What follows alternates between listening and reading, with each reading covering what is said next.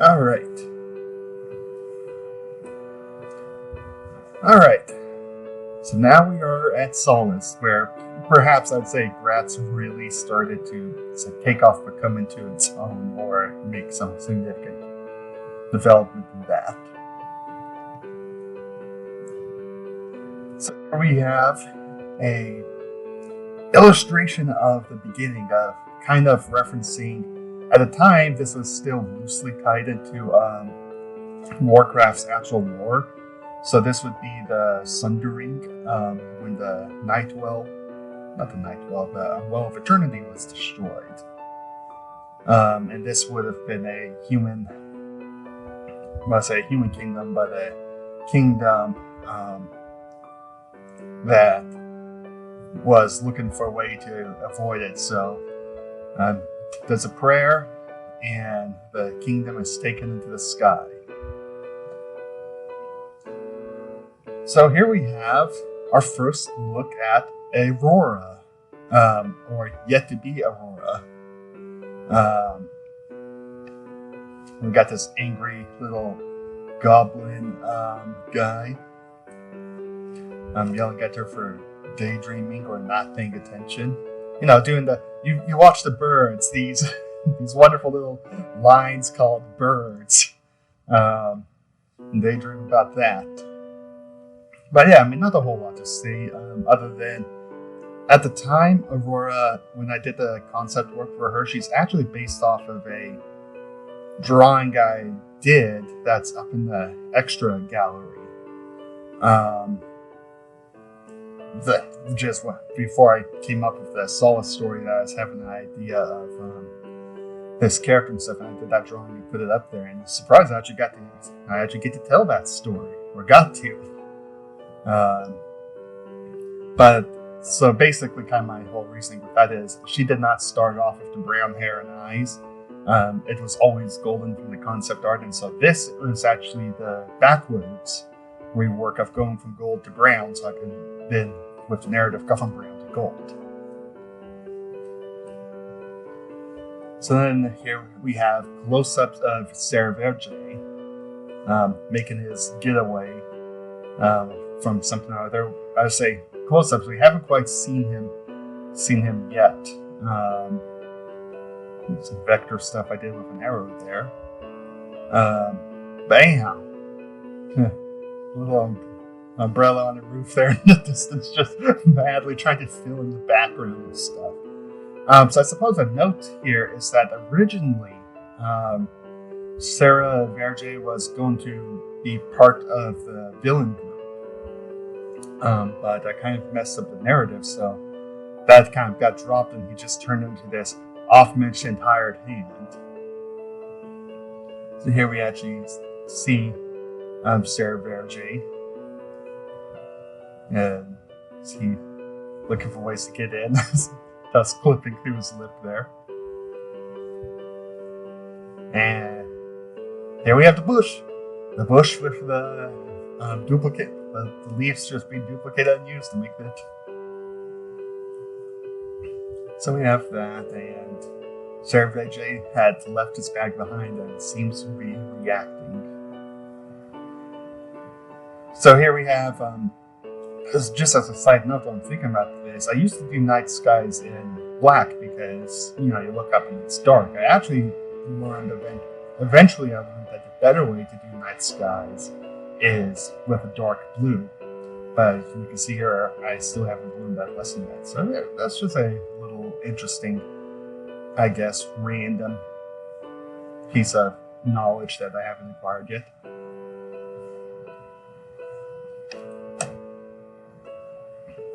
So you see, Cer'veja was out for a very long time. As I understand, if you get knocked out for this long, you're going to have some brain damage, which, I mean, who knows? Maybe he really does have brain damage. That would explain a lot.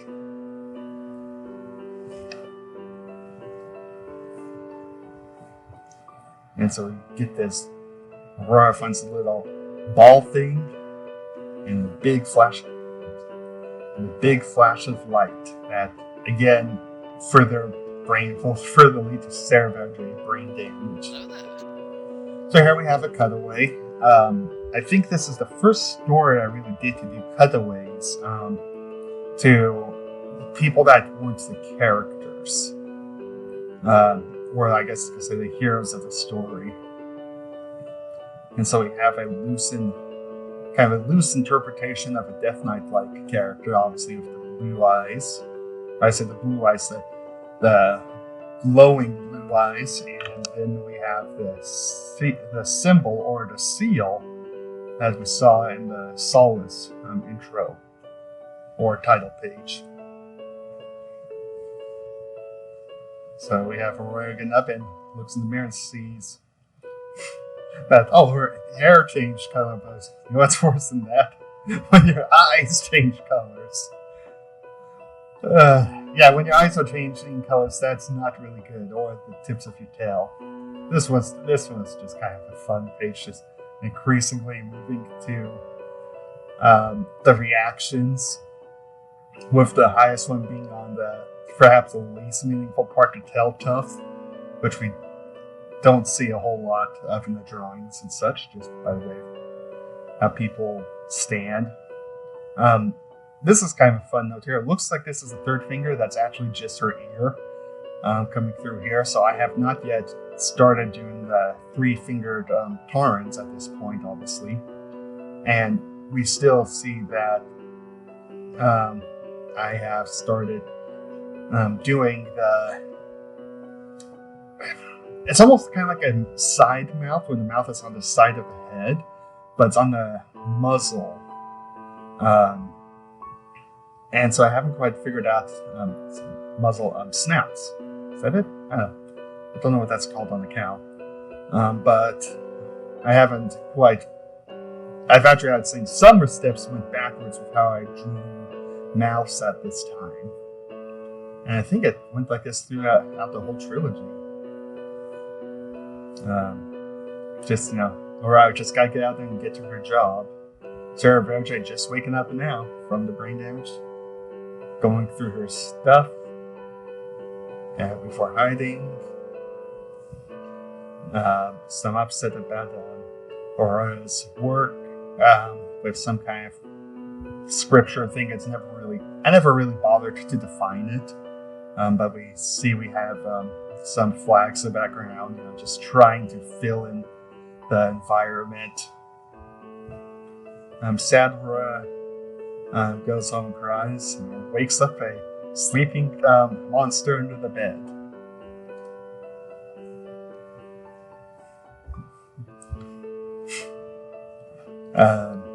Cer'veja, frick. Since I really don't swear in my comics, sometimes I've had to, use pseudonym or soft substitutes for words. And as we can see with Cer'veja, him not being a good girl like Arua. So he got stuck under the bed, pulled out, and it's the faithful meat. Just bemoaning troubles, and he's like, "Yeah, I'm out. I don't care." So her wanting a desperate mix-up in her life goes with him. She leaves behind the mantle. I think this was loosely tied into a representation of kind of the priesthood or such, but she leaves that behind, kind of showing that she's going out on her own, and just some small little details of her getting increasingly dirty as they travel, except in this panel where I completely forgot it. But we see a nice little mug going down here.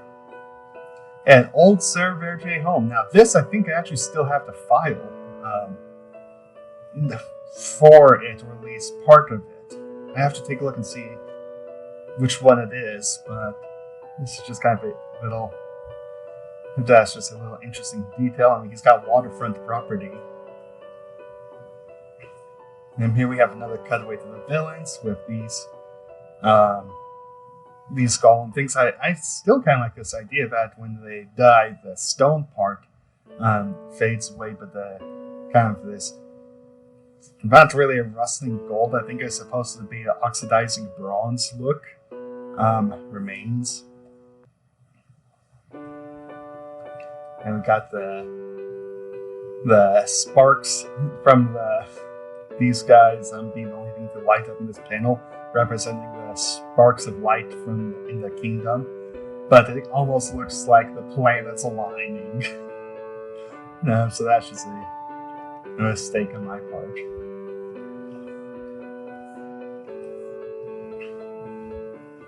Now we have Aurora getting dressed, which will eventually lead to the look that she had in the extra panel. I believe actually someone pointed that out. Yep, 9 did. One of the older readers of Gratz. Listen, I point out that she is from the extra gallery, or that's this character. So that's when it really became apparent. I guess we'll call this our first real version of Aurora, which didn't pop up until page 516. So a little over halfway to 1,000 pages is when we got Gratz's first, I guess. I said first, but what would eventually become Gratz's main character. And it's just kind of some funny notes in here. I talk about me being embarrassed on drawing this compared to what I draw now. How I have fallen. So just as I think I'll go ahead and talk about this real quick. But kind of what's this supposed to be? Kind of like a gravel look of rock on of stone to make up the road. That is just a scatter brush with colors set to shift in between kind of a gray and the black. Blacker color to get this look. And so that's a way of trying to make it look like there's gravel on the road and stuff. Unfortunately, it has some major drawbacks where it can really make your environment look noisy, for lack of a better term. Like this is just drawing up a whole lot of eye attention and obscuring this lamp post here. So that's just some side notes here. And here we have, how does an island in the sky work? Well, much like an island in the water, you need boats to get around. So we have these boats here, and kind of a view from the docks being just plumbing into the sky. Of course, falling off an island is a flying island is a bigger problem than falling off an island in the water. And so Cer'veja has some fun with that.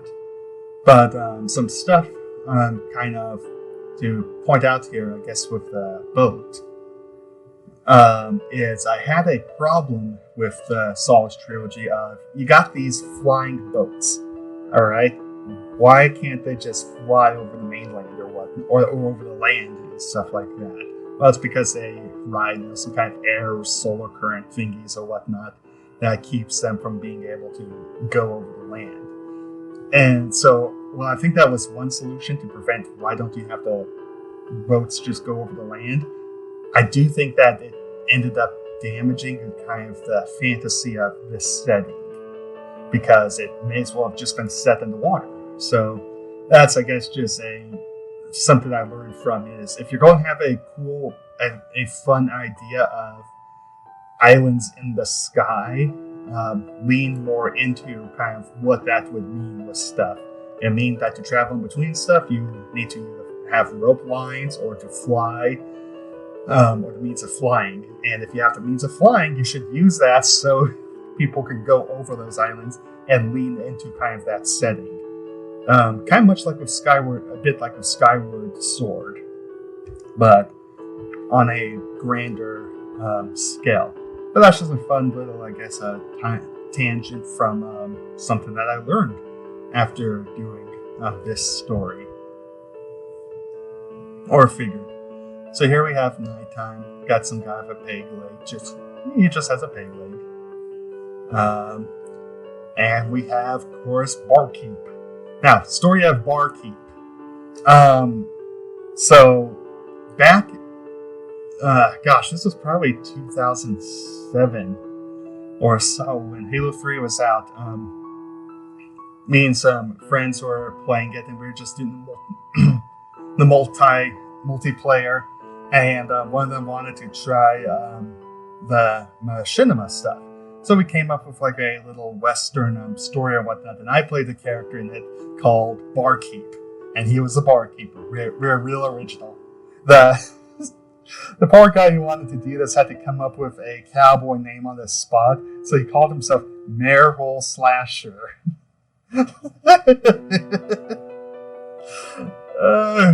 We were not the best at coming up with names and stuff like that.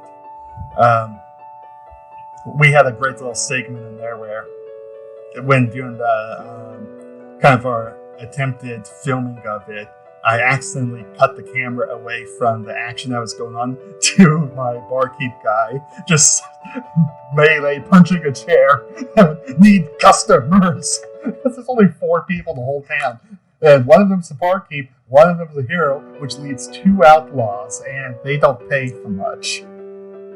So yeah, that's just kind of a little random tangent of where did the name barkeep come from? Well, I'm not creative at naming stuff now, and I wasn't back then. So there's just that. Here we have a cowboy bull. I mean, what else? What else would the darn be? Here we have a cameo of Red. In the background, a close-up of the mug.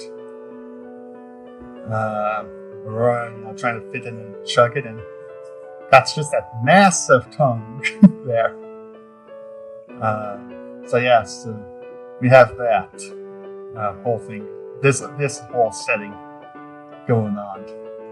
That's going to lead up to a pretty, I guess, significant moment in some way. So fun note here, because of Red in the background, it's created some confusion if this was in the same setting as the original Gratz trilogy. Obviously the answer to that is no, but because of that confusion, I actually dropped the idea of doing future cameos. So that's just, I guess, why this only happens once and not ever again. So we have Aurora, my attempts at drawing dancing to Billy Idol's Dancing with Myself. Obviously, I know what being drunk is like. You just got all these psychedelic colors. So clearly, it's obvious I don't drink. But yeah, so there's that. For the record, I think this panel might be my favorite one. This is based off of a... Alright, so actually this reminds me of something. So this was obviously just easy because it's just the first panel copy and pasted, and over and over again, and all I draw is the Aurora, different poses. So, heck, these bubbles don't even change on coming off Cer'veja. So this was a nice, easy one to do. But note, one of the first iterations of this story that I did while I was on my mission with the colored pencils and paper still. And Aurora was closer to a shaman look at that point. Like, she didn't even have the gold hair, it was brown. And I think she had the red vest and green pants, armor model from WoW. And this is based off of kind of that, those few pages. I think, gosh, I might have only done like 7 of them or something like that. But that's just kind of a side note of where the very, very first version of what would become Solace eventually came from. And this is one of the few ideas to actually carry over from that was this whole interaction. So here we have a Halloween page. Gosh, 2014. Gratz had only been going for 2 years at this point. We're still close enough to the original Gratz trilogy that I included the characters from that. We got Ichabod, Disney's Ichabod Crane here with Ichabod and trombone, a great Halloween classic. Guardians of the Galaxy with Star-Lord and Gamora. Gorak as a gentle mummy. Aurora as a generic vampire. And Cer'veja as the flying monkey, up to no good, as he is. I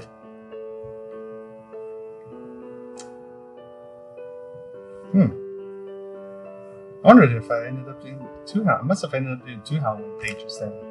I don't know why I did that or what the deal was, but maybe because this one was so Phineas and Ferb themed, I wanted to do something else. But yeah, here it is. Phineas, Ferb, Doofenshmirtz, Major Monobrow or Major Monogram, Vanessa, and I can't remember the dad's name right now. But Max Modem and Madonna, and Baby Perry. So yeah, I can't remember why I did this, but I did. Interesting. Oh well. Oh, I remember. I was gonna say, Cer'veja to me looks really weird now without the goatee. It's just funny how what's become the late addition to him, how much that changed his look, or how used I've become accustomed to it. So now seeing the original Cer'veja looks incredibly weird. So here we have the morning interaction.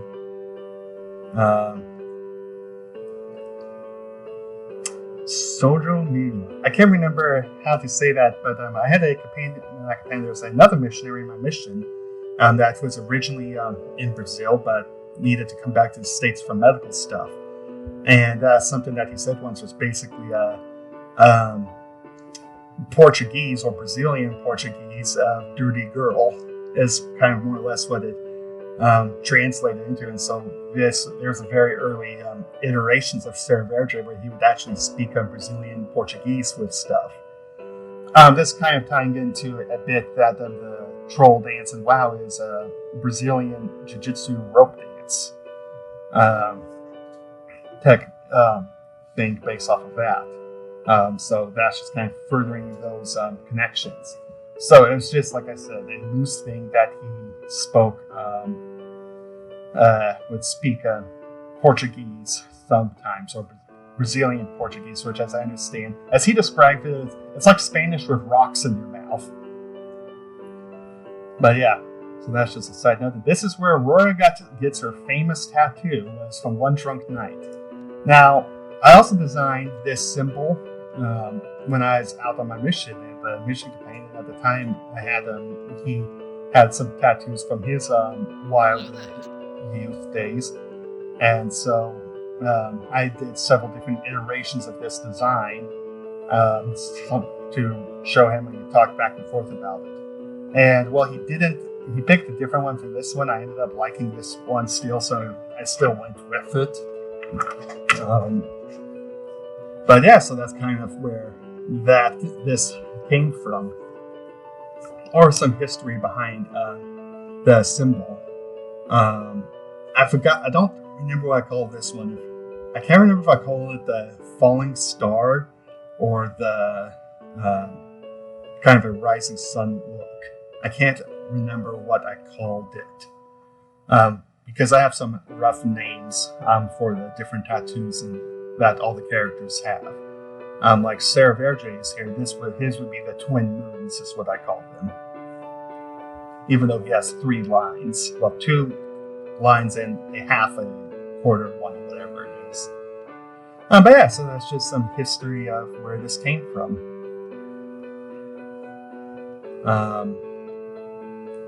But yeah, I suppose actually, while I'm talking about the tattoos, I should go into it, where the tattoos kind of served up as a way to create a symbol for each character. So that way, I think I actually have a shirt of this. I could just put that symbol somewhere like, oh, you know what character that is. Kind of like the Mario M or the Batman, bat symbol is Superman symbol. It's kind of leaning into that idea. You could just put this symbol on something like, oh, you know what that represents. So that's why everyone has tattoos. Yeah, of course, upset playing Cer'veja, but nope, it's a giggly juice. Let's call it the giggly juice. Yep, giggly juice. There.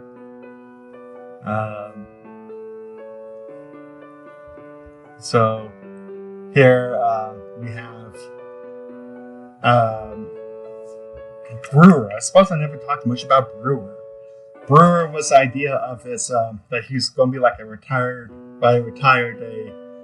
disgraced or not actively preaching kind of preacher and reverend and stuff like that. And it was him who recognized and would find the Archon of the Light.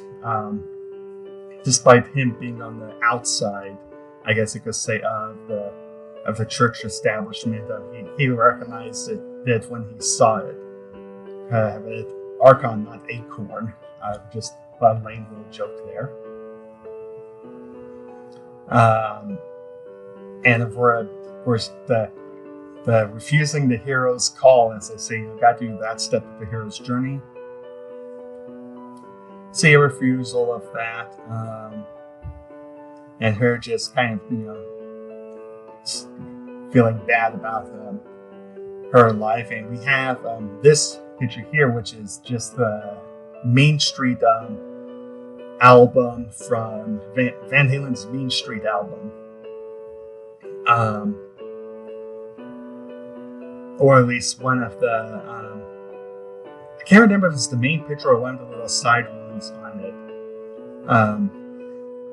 But yeah, that's what it is. We have a orc beating up what is actually a dwarf kid, I think. I don't remember why I thought that, but I did. And of course, Aurora tries to help, but kid, he doesn't want to help. He just got beaten up. Aurora just sees the kind of desperation of the people are in, and sheesh, look at those horns. She became a longhorn there. Go Longhorns. I did my mission in Texas, San Antonio, so a lot of, I guess you could say, subconscious influence happening here. But now she answers the hero's call. But we have a nice little, I think this is clever, just Brewer taking out Cer'veja. I wasn't ready, I noticed, and so were your enemies. Obviously, I don't think he said it in that tone, but just kind of that little character moment there of them being trained. And we kind of go over what does being an Archon mean. Well, got increased strength, speed, and stamina, and of course the magic power. And in the original, as we can see, original version of Aurora, or at this power level, she can't yet make her own weapons or forge them from light. She has to infuse weapons with light energy at this point. And so here she has, actually is an heirloom sword, I think it was. The agility-based one is what this sword is modeled off of. And we see Aurora's getting along great with people. It attempts to get jumped by a gang. Hello there. But she's been training, she's been working, but all that doesn't matter unless you're willing to really go in hard for the fight, which Cer'veja is, and he's willing to sacrifice his drink to save Girlie. And so we have the moment where first kills someone, a traumatic moment for someone as her who's historically been a very good person, and doesn't ever really want to do harm, and has had to do that.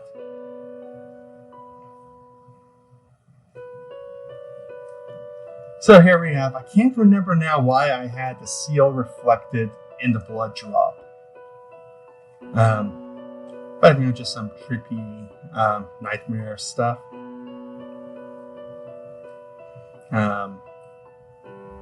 Aurora going back to his first time taking after the kill someone. Here we have one of the few rare shots of his brother, and we can see he's got more extensive tattooing and such.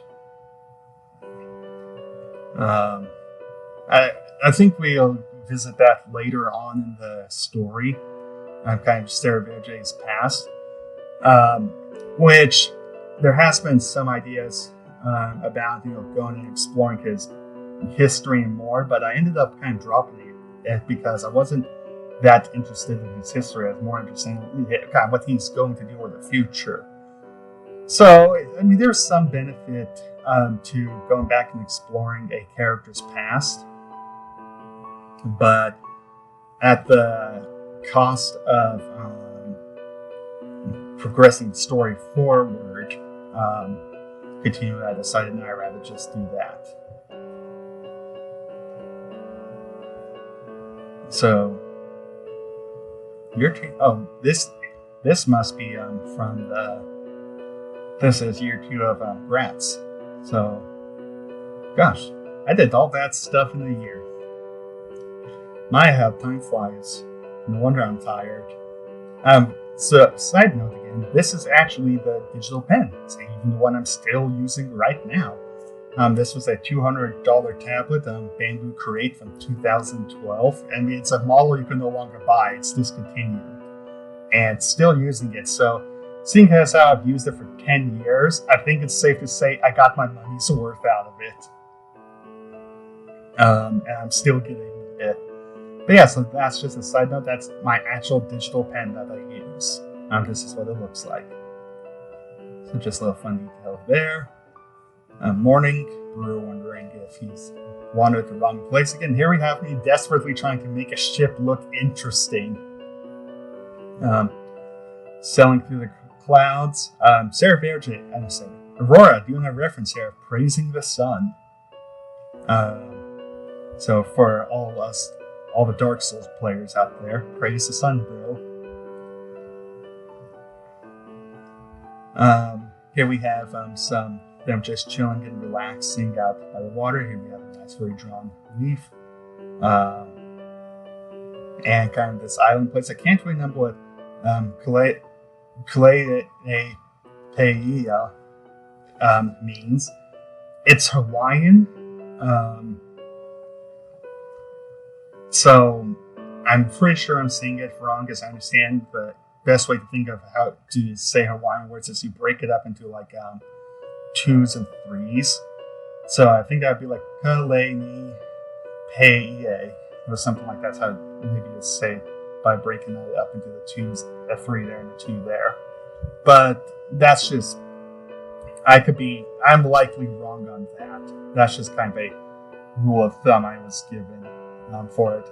My grandparents actually did their senior mission in Hawaii. They worked at the Polynesian Cultural Center, where my grandpa did such a good job there that they kind of hired him on to do data analysts for them with stuff. So yeah, I went to Texas. They went to Hawaii. That's the difference between a young man's mission and a senior mission. So yeah, that's just kind of my connections with that stuff. And then I guess you could say later on in Gratz, like with the Thousand Islands and stuff like that, there's clearly a lot of Hawaiian and Polynesian influence in those places, and that's kind of where that comes from. So just some interesting notes on, I guess, my history around there and why this is a reoccurring element of a lot of my stories. I did like Hawaii. It sounds silly, but I like how green it was there. I like big leafy plants and rain. So here we have them do some climbing under with some slippery rocks of moss, and them going into a cave. So I had actually gone into a cave at this point. So I went into some desert caves out by where I live. And so I had a rougher understanding of what the inside of a cave actually looks like. Not nearly as video game friendly, I should say. But yeah, so we come into a video game friendly boss lair or something. And here we have this symbol again from her dream. Cer'veja getting ahead of the game. Just now with one of these things, just a fun, silly little joke. These symbols, I can't remember if they. I don't think they actually mean anything. They were just something I drew to create environment. But I think I don't know if I still have this file of this little crystal light, but I might somewhere. And so, they don't know what these heads are, but we do from the story that they are what's left behind after one of the guardian things get killed. And here we have the Christmas page. Once again, the original Gratz characters popping up in it. And here we see probably my first use of the blue sky. Alright? Except I did it backwards. It should be darker at the top, lighter at the bottom. So, just another side note, if you want how to do sky gradients, for nighttime, darker at the top, lighter at the bottom. Alright? Kind of an easier. I don't entirely know the scientific reasoning for that, but it's easier to think deep space, not deep space. So dark, light. But that's just kind of that. One of the benefits also of that is that it will make your stars pop better. So we have kind of this dark smog in here. And there, Arua and Cer'veja's first encounter with the bad guys, which this muscle-bound thing goes after them. Somehow she's able to use flash of light on something with no eyes. I do like kind of this character design, just this masked helmet that blinds and mutes and deafs a person, kind of stuff like that. Just encases their head. I think maybe it's the Dark Souls influence coming out there. One influence I could talk about here with his little scythe weapons is in Diablo 3, I was playing a barbarian, and I got one of these weapons that to me looked like this. It looked like a scythe with a purple back and thing on it, and some claws reaching up. I don't know what it actually was or is. I think it's just a generic model, but that's just how it looked to me, so that's where that came from. So a fun note. Oh, we also see the big wrestling belt here that would later appear on the Führer soldiers. Of course, jumping through the waterfall. Any good waterfall's gotta have a cave behind it. Makes for a cool exit. Come back and tell them what's up. And we have Arua accidentally walking in on Cer'veja while he's in the bath. A joke which would come back many different, a few different times throughout Gratz. So this is perhaps one of the longest recurring jokes with these characters. It's this moment right here, and it's just in a day montage.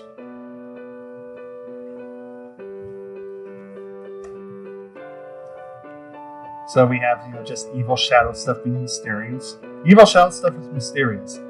So here we have writing.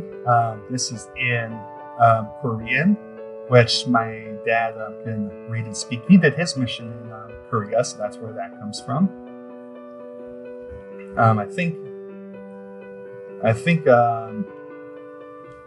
he didn't translate it here, but he references that there.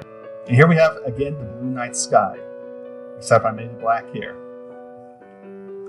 And even kind of a little Milky Way up in the middle of the night, where we get some answers and a reference to a terrible poem of trying to talk about what this evil creature is. And it's a terrible poem because I can't write poetry, at least not serious poetry. And so I'm even here, Cer'veja calls out this bad poetry, but that's it.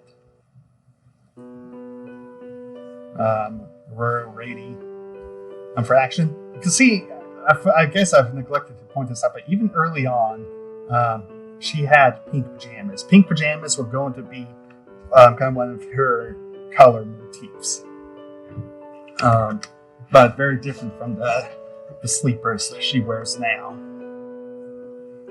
And we get look at the weapons again.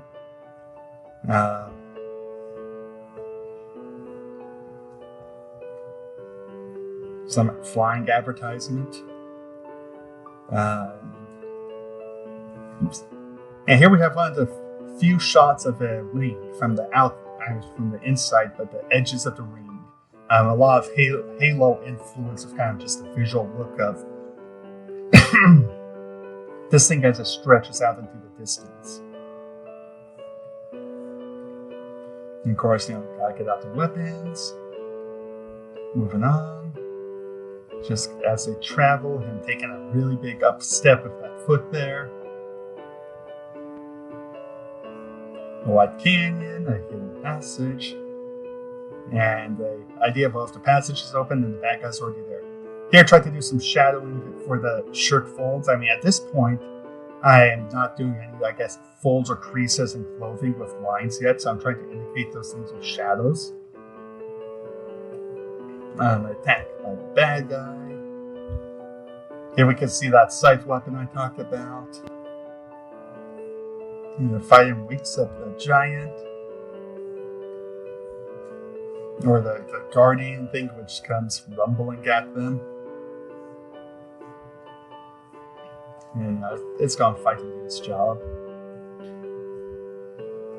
Melora trying to fight it off, and poorly communicated, but the bad guy here is supposed to have done a flying leap and crashed into the front of it. Cer'veja attempts to likewise do a flying leap into the back of it. Or is that the front of him? No, I think maybe that's the back of him. Gosh, this is just a messy fight scene. So note, I did not, I just had a bunch of random moments in this fight scene instead of trying to communicate positioning of where characters are relative to each other and different stuff like that. So it's just kind of a bunch of random things. So cracking and crash down on someone. Don't know who. This is not a good fight page. Oh, it looks like it's the bad guy. As we can see here, he's got black blood. Oh, and he's doing the flying leap thing, the barbarian leap. And goes crashing through. Yeah, it looks like it goes crashing into and slices up the guardian and finally breaks him. You can see the stone fading off his blades, because we all know stone likes to cling to blades, like it's blood. But he gets ambushed by Cer'veja, and we see here that he melts into black blue. And Celebration again wanting to seal things, Legend of Zelda style. And we see kind of the Vader thing of the masked, armored villain communicating to some kind of higher master. Nope, and we're back to the black night sky. Brewer's night is interrupted by them as they celebrate, getting the seal, and Cer'veja gets paid in liquid gold.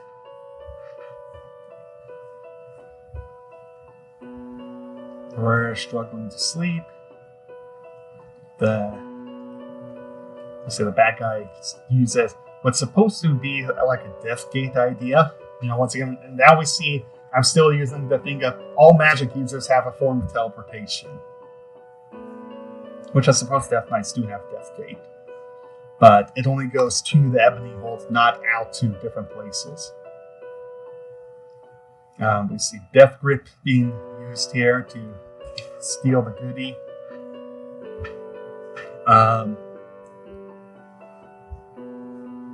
So now Brewer trying to stop the Death Knight and whoop, throws a bottle at him that goes through the portal.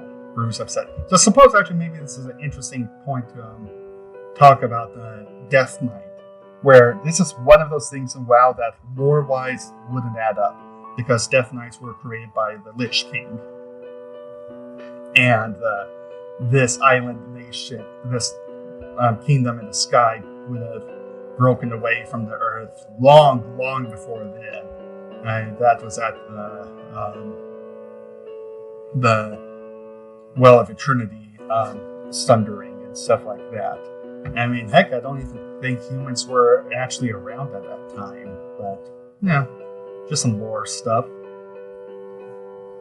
Let's see Cer'veja Brewer using magic, kind of indicating that he knows a lot about how to reopen the portal that's left behind, and they're going after it. Here we have some attempt to draw like a night sky. Got the big old moon with some branches and a few leaves out in front of it. Go through the portal and find an old mine and a broken bottle, indicating that the bottle that moved through, that they're in the right place.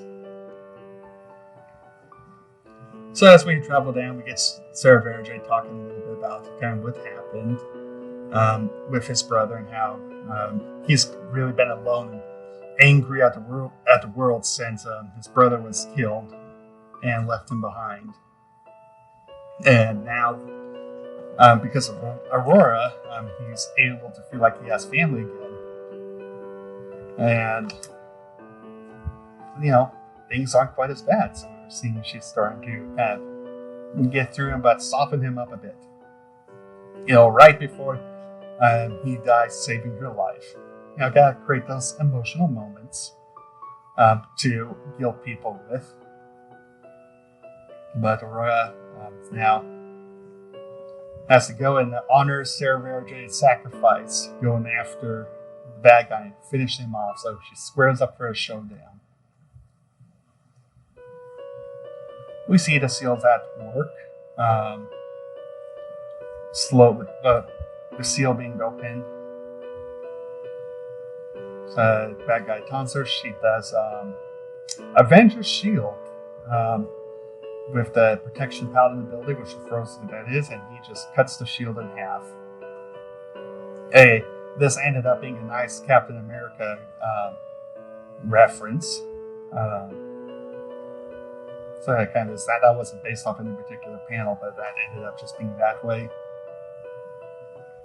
She radiates up her blade, infusing it with magic. He radiates his, infusing it with whatever magic he uses. And the seal is alight and the showdown is ready to begin. So she does some charge. I try to do some speed lines here. I learned a better way to do that, which we'll see later on in Gratz, but those were, again, some of the earlier attempts with it. We have the particle brushes and going on here as they clash, and he gets what's supposed to be some kind of sparks coming out stuff, but it looks like snow.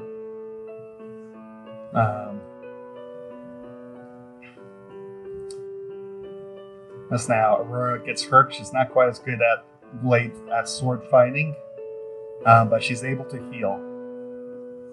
So we have a silhouetted fight style happening here. This one I think was much better organized because we can see Aurora here, bad guy here. I think I don't even ever named him. I think I just always referred to him as Death Knight. Then they slightly move positions with him here and her here, and a slash them going this way, taking off part of his armor. And then he slides across this way to the side of her, hitting her again here. And now, so he's kind of slid around behind her, so she pivots and attacks him here. And I say, having this, even though this is a silhouetted fight, having the glowing weapons help show which side people are on. So we can see here, he's up front, she's in the back, because his glowing sword is here, and hers is behind his. We can see that same positioning here, but now when we come to this panel, we can see it's been reversed, where she's up front, and he's in the back. as her glowing swords and stuff are layered over his on behind hers. So I think that this was a much better illustrated fight with how it works, even though it's just silhouetted and such. We can get an idea of who's in front, and who's in the foreground, and who's in the background relative to the camera. With just by the way the lights, the lighting from the weapon is going over each other. So I do like this panel. This was, I think, a ambitious panel for me to attempt at a time, and I think I actually pulled it off.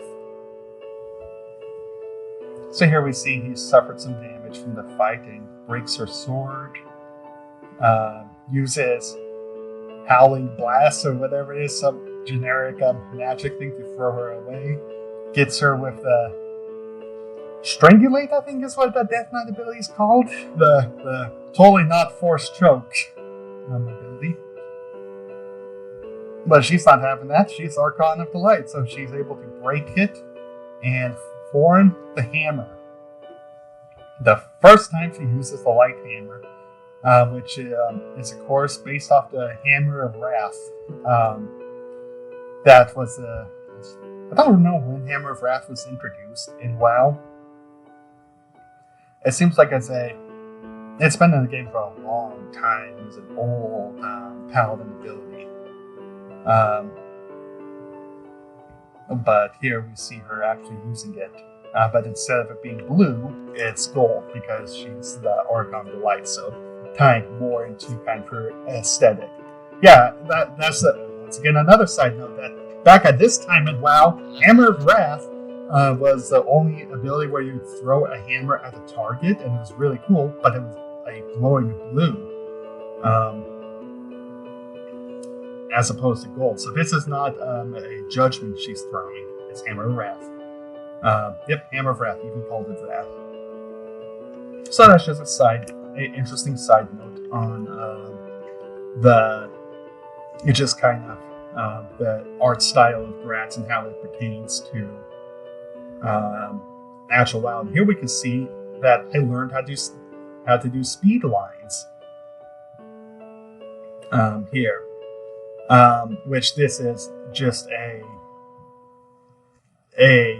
line of dots that are then stretched out to be turned into actual lines. So then I do a distortion filter over what we call it, I think like polarizing circle or something like that, and just makes them into a nice circle like that. And you just take that and drag and drop it into what you want in your scene. I think this is also the first incident of kind of what would become one of the signature views of the hammer being thrown, with it up close like this, the lightning coming off it, and her in the background.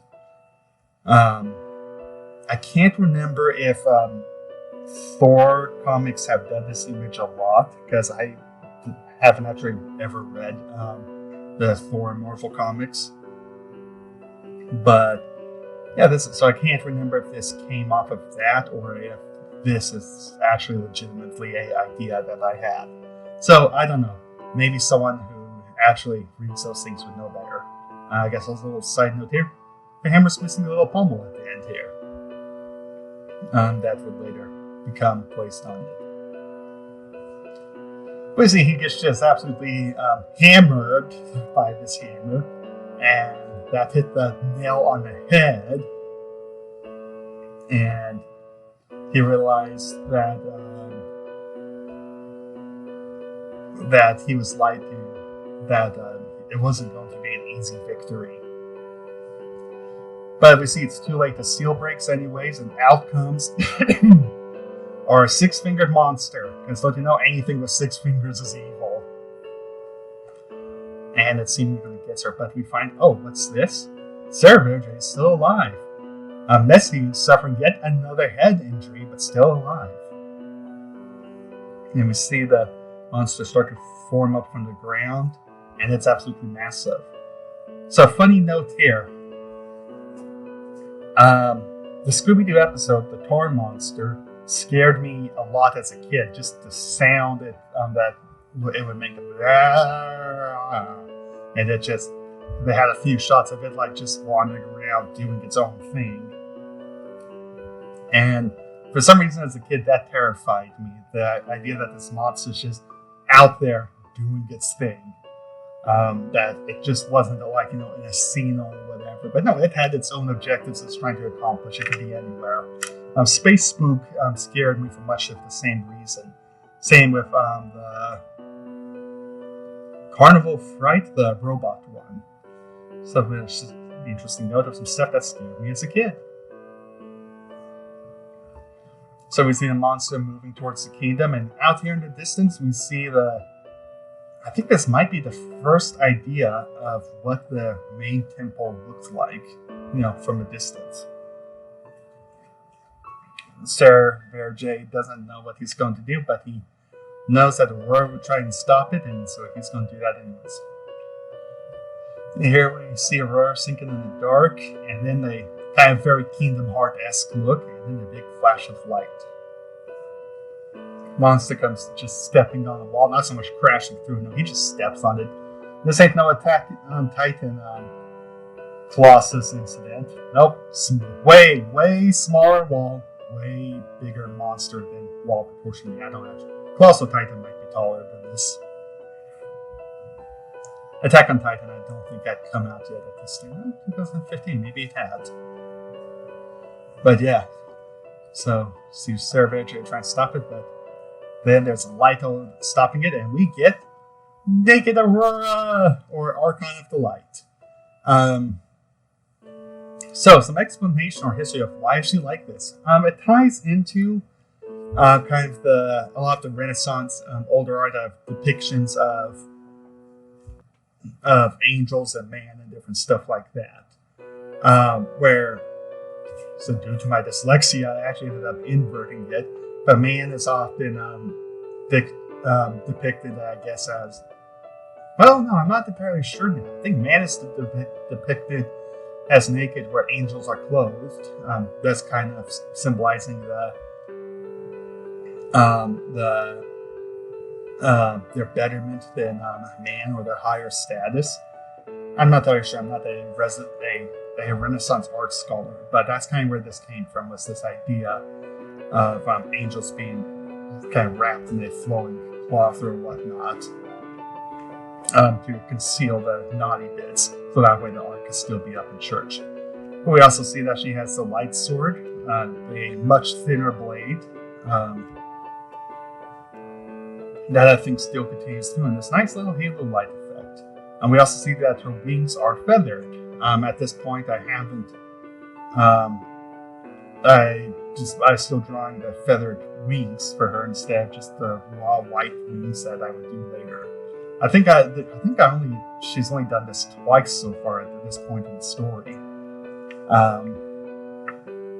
But yeah, so this is our first view of it. Of her. Monster tries to attack and just points and the laser hits him and just massive eruption with a nice little, I guess, blurring or, gosh, I can't remember what it's called, kind of speed effects that you see in animation as an explosion moves out over it. And we have Cer'veja drinking, and we think Aurora's gone, and nope, she's fine. She's just hiding in the room until Brew gets some clothes for her. And thus we come to the end of Solace with a nice Kingdom Hearts reference pose.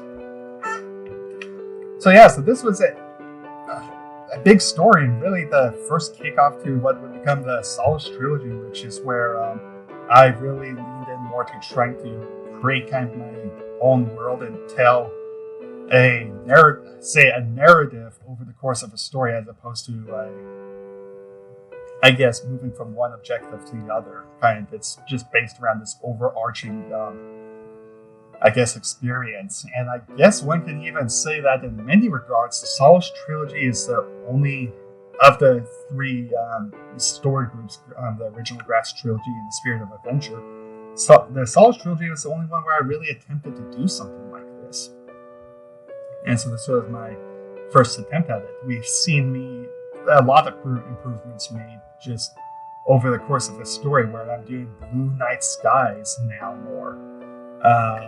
I'm using particle brushes a little bit better. Not on the roads, but a little bit better. Like you can see here with the stars and stuff, I use a particle brush to make this. We can see me turning up the shadows more to create a better light and highlight. Shadow and light contrast and stuff. We got our introduction to Aurora, which, as silly as it sounds, really would start to form the main aspect of what would be Gratz. So we got that. The end of the dynamic between her and Cer'veja, which was never intended. I say never intended to be romantic. I thought about it at one point that, like when I was prototyping the idea of a story that would eventually turn into that, but eventually dropping that. No, they work better as having a sibling relationship with each other. Just incredibly loyal and trusting of one another. And so, honestly, it's been really fun for me to kind of go back and just reread this and explain some of the stuff that I was trying to do at the time. And I guess, just as we've seen earlier in the video, with the original Gratz trilogy, I made some huge leaps just over the course of this one, trying new things, and went through a lot of personal growth, I think, with this story. So this is one of, I think, the more interesting little tidbits of my evolution journey. But so that's it for the Solace. So I guess we'll be moving on to the next one here. Probably now, because I'm not recording all of this at once, obviously. In case you didn't figure that out by now, I did it as sections. But so I guess we'll go ahead and move on to it now for you and later from me.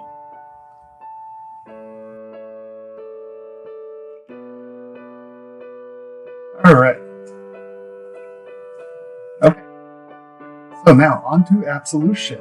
So, I'm not entirely sure when I had this idea. Obviously, it's back in Solace. But to do highlight one letter in the name with a extra kind of glow to it, this ended up looking a lot like the Aliens logo. And some interesting stuff in here is you can actually see where it's been smeared with the brush.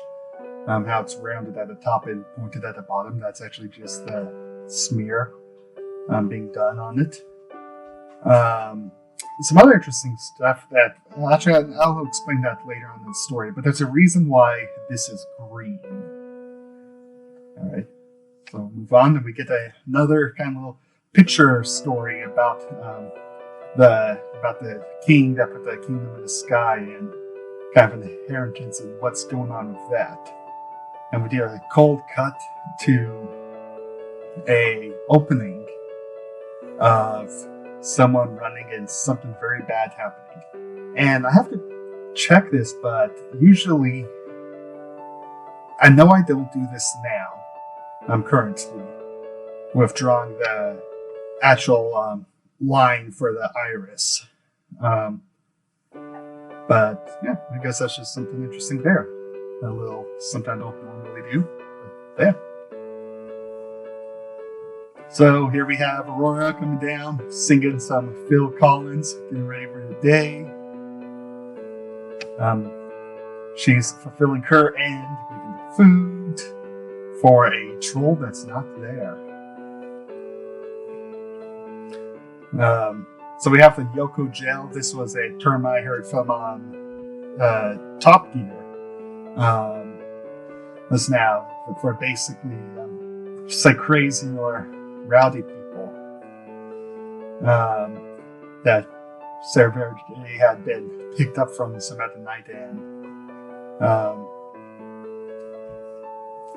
getting an earful from the good influence in his life, telling him to be good. So we have a fun silhouette work of trying to hide this character. Someone's someone's just completely running a blackout to avoid all effects of light on them or whatnot, except for the important mouth and eyes, which I'm not sure why I didn't do the line work in there for it. I guess that's just a little interesting thing. And here we have, once again, shown I can't make a map. All right. Just no idea how to make a map. So we have a Deckard Cain cameo with Aurora at her job, riding in dwarf ruins, experiencing the regrets of unfulfilled dreams. And we have Cer'veja pop up. That's not delivering a message from Brewer. So these books, talk about them real quick. This is just a brush I made that I then set the color kind of to be randomized on it as I went along it. So I just set the brush to have a spacing in it, and then just moved the brush across the screen, and it gave me different colored books within a color range. So that's just a nice little easy trick with if you have to do background clutter books like that, easy way to do them. So we return to the barkeep where we get Brewer, see how he's been doing. Kind of gives her a lowdown on what's going on, some stuff. And things are a mess, things are getting messy. Like that drawing stuff looked messy. Here we have me trying to draw alcohol again. Just not much, just going through, getting low down. More low down, some talks. Cer'veja just being a grumpy person. We've seen one of the big ships, a different angle at it. And here we have, I remember this, trying to do speed lines on an object to kind of show stuff spinning. Although, no, that might spin. I was trying to decide if this component of a line reel or something would actually spin when the rope goes around it, or if that should be solid. But I don't know. It might actually spin to help reduce friction. I'm sorry, I'm just getting distracted with some ideas of real world physics going on here. But I suppose along with that line, you can see it's kind of lighter here from where the rope's been running on it, kind of wearing it down. Pull up, open the fins, and the ship sails off. And so I believe it was at this point that I actually swapped to to turning up the pressure sensitivity in my pen, so that way the lines will thicken and thin as I go along with them, and so kind of give the tapering at the end of lines and stuff.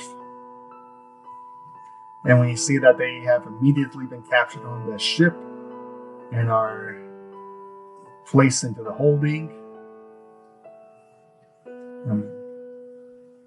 Cer'veja just causing trouble. Arrive at a nice foggy town at night, for this big spooky showdown. And we have this appearance here of something in the fog watching them. Now this ended up being an accident, because having these three green blown guys like this, because this ended up looking a lot like the knights from Destiny. I wasn't trying to go for that, but that is kind of what ended up happening. So here we have the copy and paste soldiers again. Great way to make an army. Copy paste. Gotta love the full face helmet and uniforms. And holding up a way too small hand.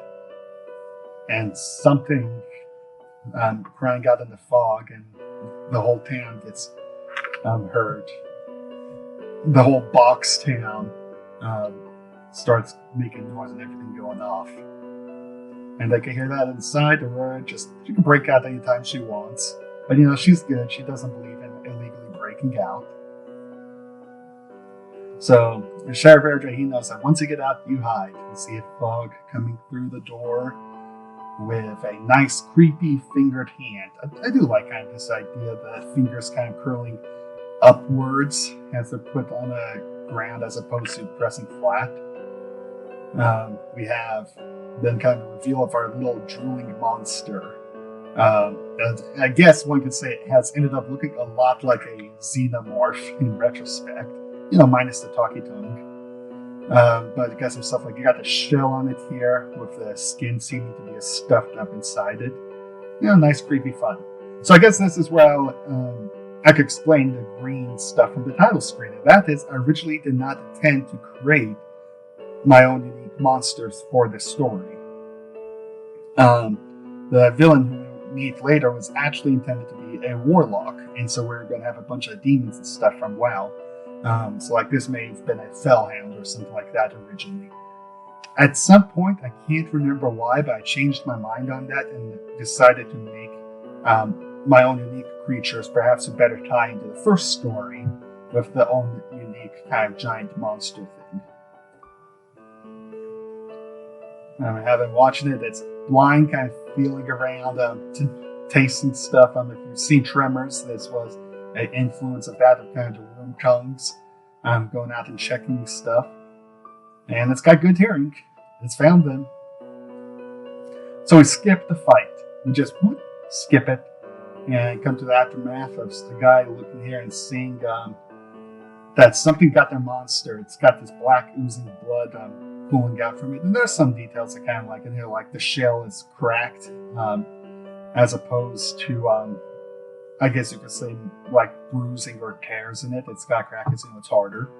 So it wouldn't really want to cut and crack on the impact. Here we have our villain defying light again to stay in the shadow. We have them walking along in Cer'veja and Arua doing a nice little Scooby-Doo bit here.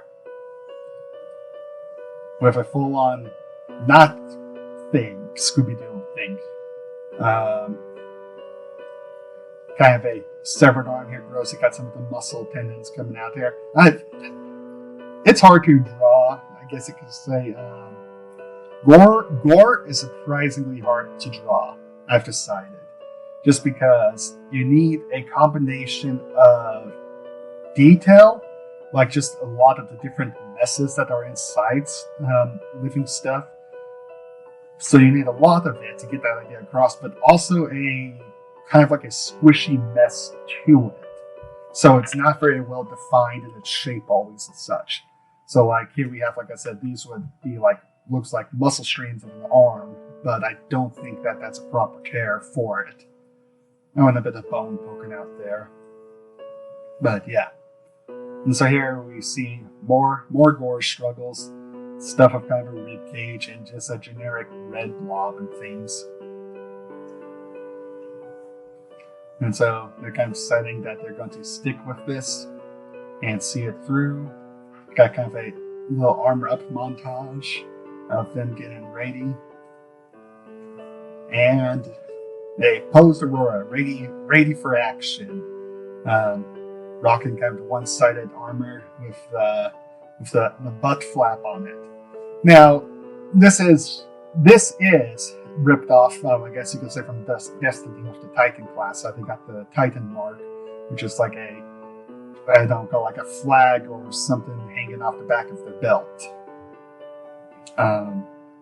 And sometimes they're wider, sometimes they're more narrow, but that's kind of what's going on here, this little inspiration. Along with the one-sided armor thing kind of going on here, that actually ties into, I forgot what the gladiators were called, but it's a Roman gladiator style that had a very heavily armored one half of the body. And that's kind of what's being mimicked here. It was always, I thought, just something very interesting I remember seeing in some old history books that I copied.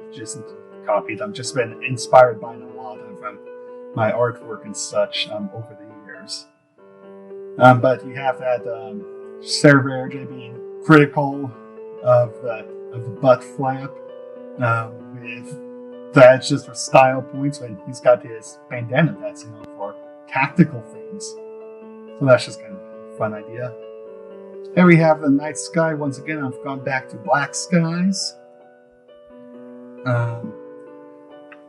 Way too small of hand again. Looking around. I'm trying to find a way through grass. This is just a brush with the color jitter. That's what it's called, set up on it. And this one back here, not having the color jitter up on it because it's set for the back. Have a blur of the green. And the bad guy emerges. And decide to introduce themselves as Nixie. I can't remember the idea of why do you have to be a Warlock Draenei, where that came from, because, I don't know, it's a thing. But the name Nixie was actually what my sister called her car. She's down here talking about how it was a good little car. And it caused no problems, except until the point where it decided to die on her in the middle of the desert. And that was the end of Nixie.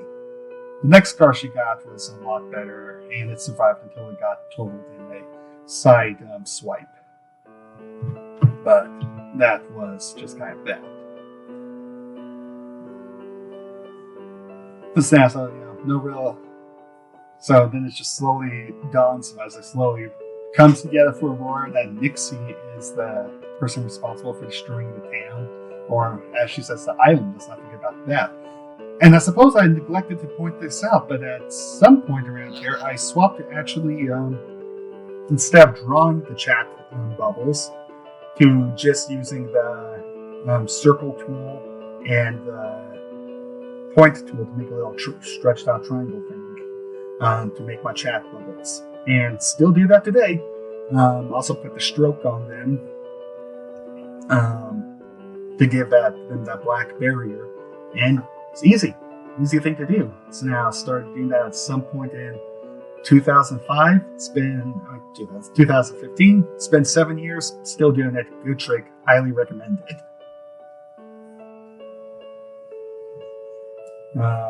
Bit of taunting, some flashbacks to what's gone on with this person, explaining her evil ways. And now we see these three-eyed monsters that accidentally ended up looking very similar to the knights in Destiny.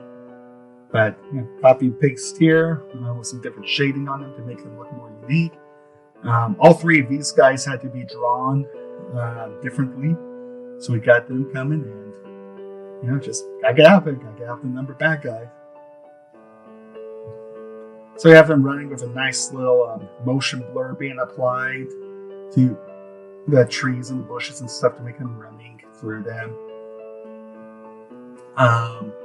This one don't have that. I'm using a brush again here with the color jitter on, which does have some benefits. I don't quite do this anymore because it can create a very heavy visual draw to the background of the image. It just ends up looking incredibly noisy. So we'll actually see that go away later. And here we have me trying to draw water that I fell into. Here we have the brushes at work again, trying to make trees and different stuff. Nixie just getting rid of the bad guy, and the bad guy her one of her goons, and having a little hissy fit. Bad guy stuff. Hard help doesn't last too long. So this, I actually got some pictures of a lake shore that I tried to copy from and draw. So that's kind of why we get a far more, I'd say, complex or very different looking shoreline from what I would normally draw. And we have Arua and Cer'veja kind of arguing with each other.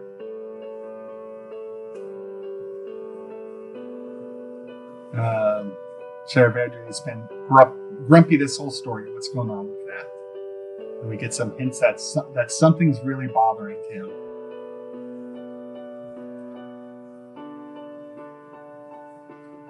And likewise, we have Arua now having some bad dreams that something is going on. There's a greater thing happening in this little trilogy of stories. So here we have a gnome that just escaped. I guess Aurora waking from a bad dream. Her and Cer'veja still kind of a little bit grumpy with each other. I suppose I could go a bit into the side facing here. That's kind of interesting, where I was learning, and I think I forgot about this at some other point, so I had to relearn this again, but me trying to draw a face with a snout from the side, and how the eyes don't sit entirely to the front of the face, they actually sit a little bit back behind the nose ridge. So that's just something that if you have to draw a side profile picture, something to pay attention to. Eyes don't go to the front of the face, they actually sit a little bit back behind the nose ridge. So that's just a little thing. And so we just get some information about the attacks that have happened and such, and where the island people are now. So we got the objective, and we lose our little gnome guy. So they're back on the road again, trying to find where to get these people to help. I think this is a glyph design I've drawn a lot, with kind of the ink cut to the glyph come out kind of flat and then drop off again. I mean, I think it's actually kind of a decently common glyph appearance with roads along them. I don't know a whole lot about cliff roads, but it seems like that this is an idea that comes up a lot. Oh, there's always a bend. It's always right around the bend. It doesn't keep going on. I always make it a bend. So that way you get a nice horizon line so you can see out over it. So here we have Arua and Cer'veja out fighting monsters. At this point, gosh, I wonder really how much I could from the Destiny Knights for these guys, because they also use big swords.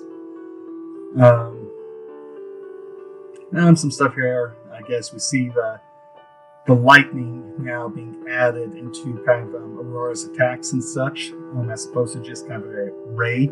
This was influenced a lot with the Dark Souls series about their lightning spells and fate spells having this yellow lightning on them. Cer'veja is supposed to just be doing slashes here. He's not sending slash waves, but it looks like that.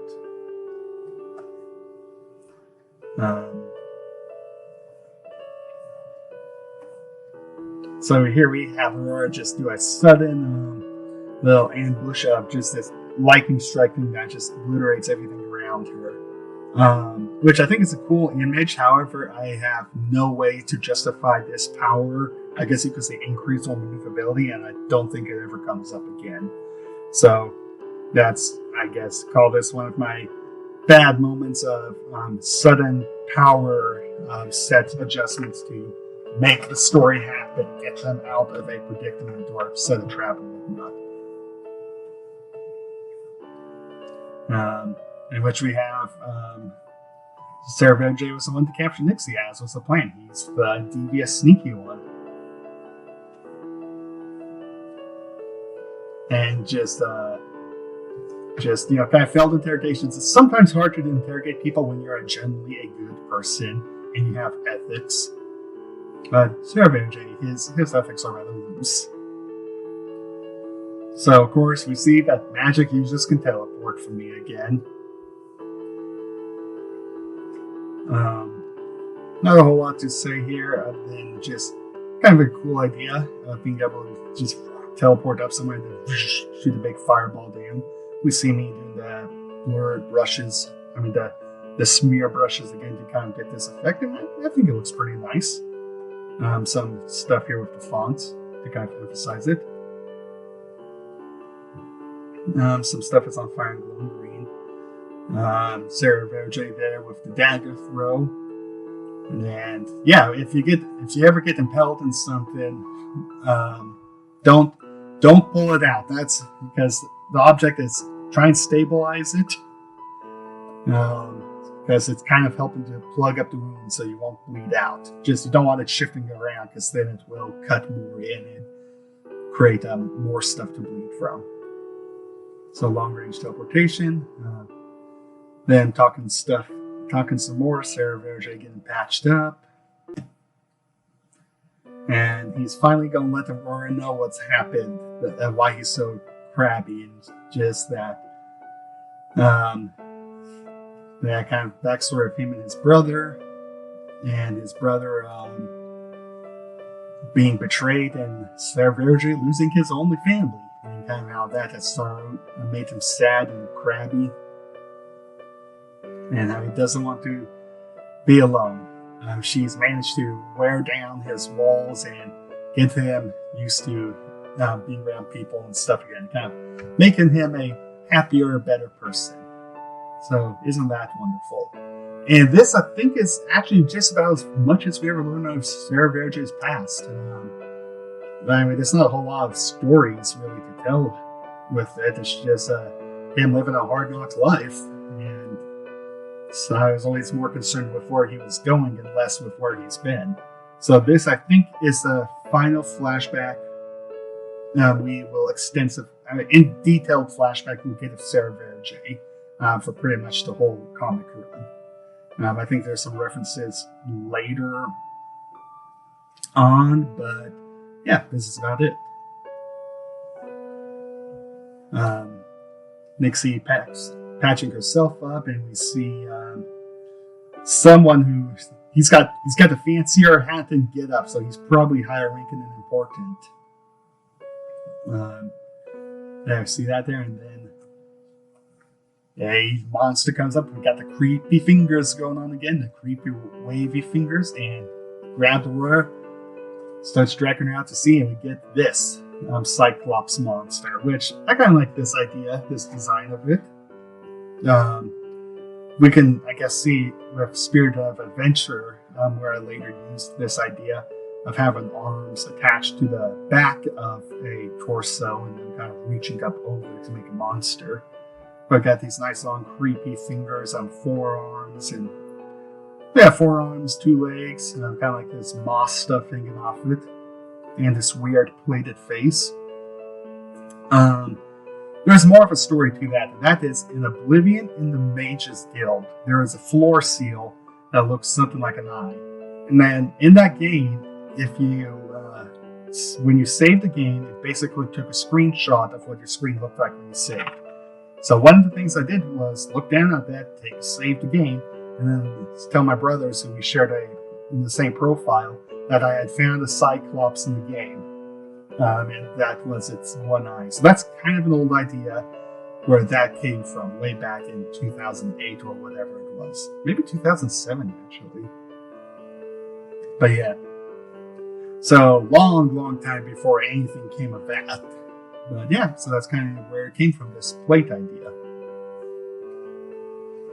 Cer'veja just being grumpy, and Aurora using blinding light to get out, and somehow this plated face, the eye can move and look and stuff. I don't know how it does that, but I imagine it will look kind of like a real creepy effect where the lines are just kind of sliding along it. And stuff is how I imagine it would look. So he used blinding light and gets flashed. Toying with that idea. I think someone actually said something about both barrels down here. Yep, I'm merrily bringing into both barrels joke. So that was a good one. That was a really good joke. So we see Aurora getting up ready to fight. Cer'veja ready to fight. They're going to bring down this big monster. As it somehow makes a hurrah sound or a shrieking sound with no mouth. Supposed to have kind of leapt at them or something. It comes crashing across the ground. A light bolt to the face with whatever Aurora did with that, because it's not a hammer, it's just some kind of generic light bolt, or maybe even kind of like a light wave that later becomes a nuka ring, as it's been dubbed. There, Cer'veja doing a great God of War flying leap to impale in him. The monster, just not happy with it. So it decides it's going to up its game. So I kind of like this idea where it like looks up or something to power up its face, and then unleashes just massive laser wave, which we can see here. I do like this laser wave. It has like a nice light blue kind of middle with a red outline. I think that looks appropriately weird and trying to do some dust clouds here. I should have been feathering the brush here to give it that nice little poofy look, but I didn't. And now Cer'veja gets good, or gets grabbed, but Arua is there to save him by cutting off a limb. Yep, there's a limb, there's a hand. To which the monster just promptly gets rid of Cer'veja, who takes this great moment. He's like, goodbye, as he flies out. Now, charging Arua. This I actually did a YouTube video at this time of just showing a time lapse on drawing of making this image. Just to kind of show off how it looks with some of my work processing and stuff. But yeah, so that's just a little interesting note about this panel that is called Charging Arua, and it has a YouTube video out there somewhere with like 8 views. So we see Arua trades blows with it and slices its mask in half. That doesn't break evenly, but kind of chips. But she takes some heavy damage and is grabbed by Dixie. Cer'veja slowly making his way back. He's falling through some trees, kind of torn up. He picks up Aurora's stuff, and oh look, that bandana was tactical. Now he's gone all big boss on us with the eye patch. So here we have, whenever gotta have magic runes on your chain, so that way magic people can't escape, or in this case, super strong word just can't get out. So we have some kind of a torture chamber with different devices in there, kind of tar pits, spike cages, and different things like that. So funny note about these weapons. There's a game, I think it was called Might and Magic, that long ago I remember seeing at my friend.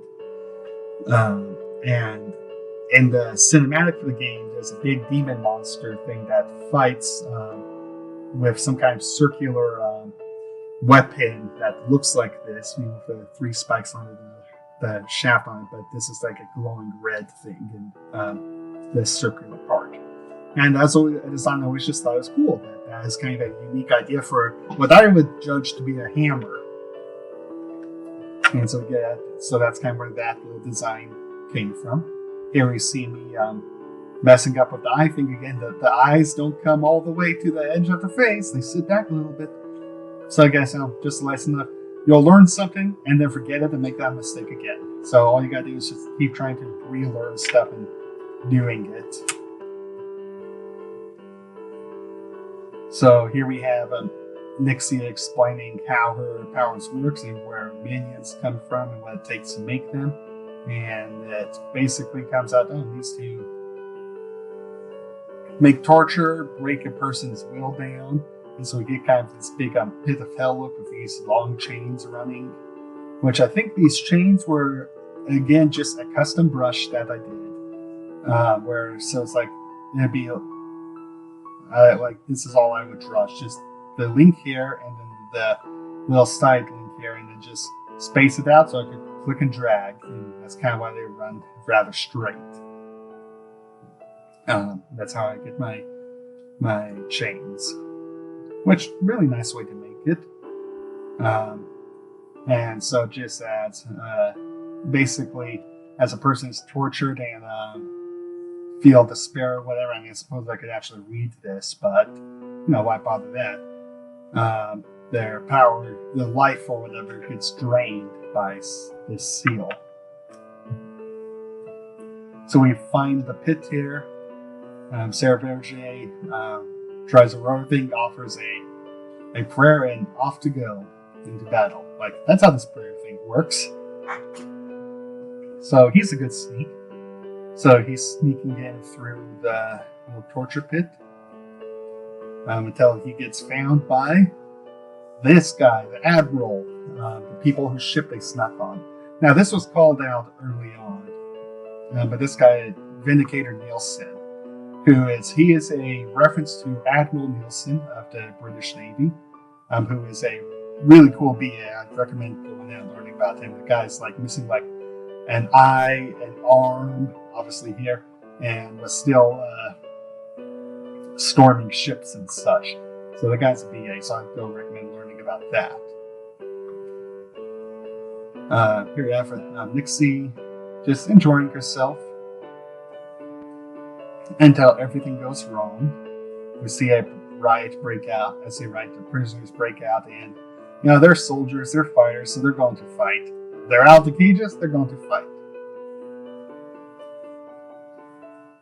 And so Cer'veja is here to rescue Aurora. We have a couple of poor fights, choreographs, I would say, as we do cuts back and forth in between them into these blade exchange things.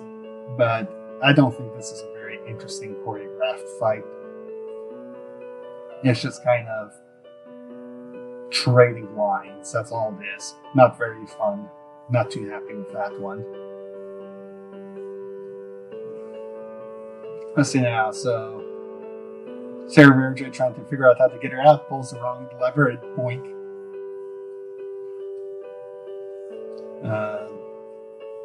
Some gradients with the light hair, try and make things look more fiery. And out to ruin Nixie's day even more. Now this, I do like this picture, kind of as she teleports, she actually turns into more or less like a fire form and just zips along. And I do like this image here where I drew like the individual kind of flames in the black line and some way to keep her face more intact while making it look fiery. So it was fun. I do like this picture and the green on it. I found that one looks good. Cer'veja really decided, I'm going to stay out of that one. And so we see as they come crashing down somewhere. Nixie, I do like this one. This idea transforms out of the fire a bit more into a solid form. And she does that, kicks Aurora into the ground, kind of launching her further in before trying to launch her harder into the ground before trying to finish off with some fire bolts or whatever they are that go crashing behind her.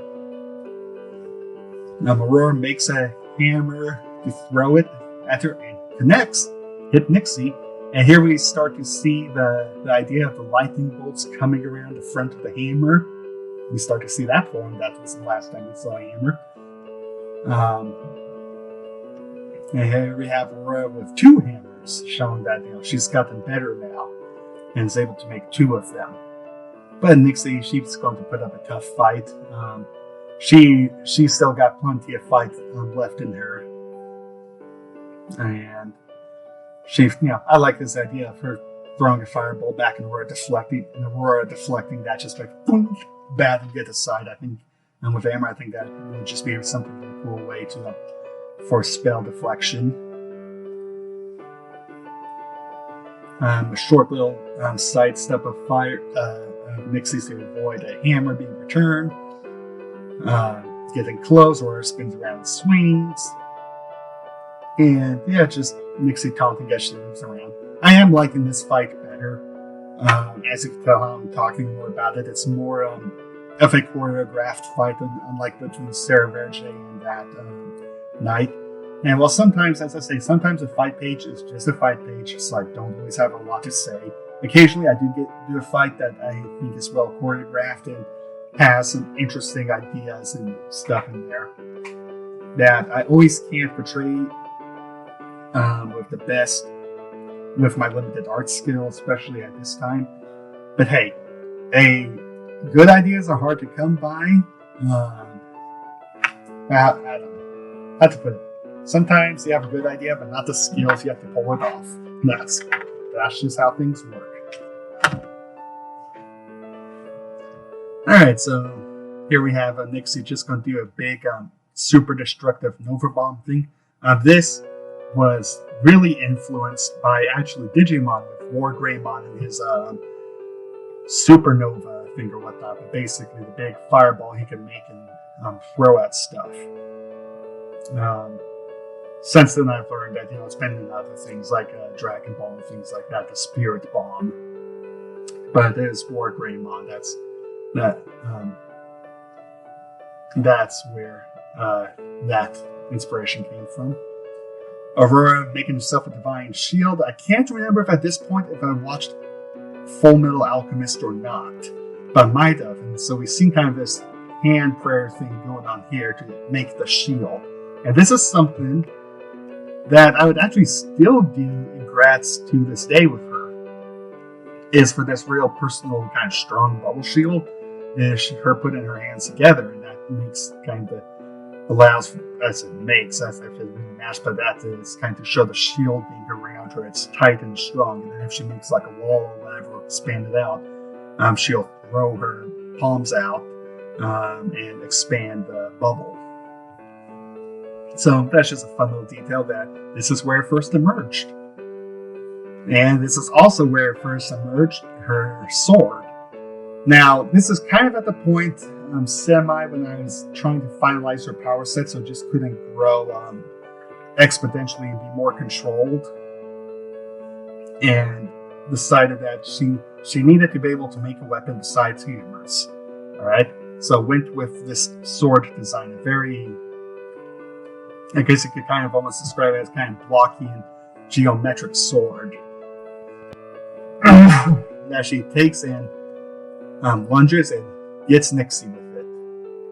And so we have kind of a nice little silhouette thing of silhouette of Nixie, Aurora, and the sword is not silhouette because it's a light source. Some details about the sword and its geometric shaping is it kind of ties into some different cultures' idea of heaven being represented of very geometric lines and such. And very, I guess, I don't know if entirely the whole reasoning behind that. I don't know if it's supposed to be rigid or straight and narrow, but it kind of ties into that idea with it. And so that's why this sword looks like that. But yeah, so in just this one page, we got the bubble shield, that kind of the imagery of how that would work, and we got the sword, which is missing its lightning. That would later appear with it when it's being formed, but still got those light sparkles with it. And it was kind of around this, like I said, around this time, finalizing her power sets, and that was kind of it. I was trying to decide also at this point in time if she was going to be able to just make a number of different weapons from light, like a spear or whatever, but eventually decided no. Just going to try and probably put a cap on that so it doesn't get crazy. And so we're kind of down to just a sword and a thrown hammer. Nix again in the last taunt in there, and Aurora, she's not too deterred. She's going to fight. Got a nice little messy head. And then gonna meet up and going to go back. In which the Vindicator does give them a ride back. This is copy paste. I think I didn't draw the hair on these people. I just drew the face and then copy and pasted that, and then went and added the hair later to create a different looks for them. So that's just a little funny detail about copy and paste. Sometimes if you need like a copy and paste for like a uniform or something, do that. And if you want the heads to look differently, just draw the heads individually, but you can copy and paste the bodies. So we see Aurora getting honored, a little special recognition and stuff for her service, and a nice Star Wars ending with ceremony and a big celebration. And we have, that's what we have here. But we cut away now back to the jungle, to this little dark slab thing. And we see a little bit of Aurora was grabbed. So, we'll have to see how that came out. What's he going to do with a little bit of Aurora? I don't know. I guess we'll find out in the next book or so. Kind of leaning into that. We have them talking. And then end on a page of them watching the moon again, or the night. And Cer'veja's eye has been, I forgot to point that out, this eye being restored, but now it's got a big old scar on it. So that way I didn't have to keep drawing with the eye patch and such. That was going to get a little annoying. And yeah, so that's where we are. Absolution, the end. And the story will continue for you right now.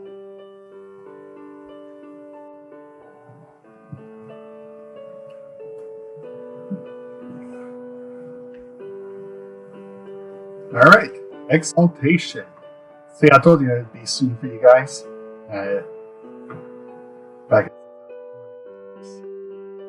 So here we have, once again, the letters. Playing in, I do kind of like this idea. Obvious. X, take it, extend it.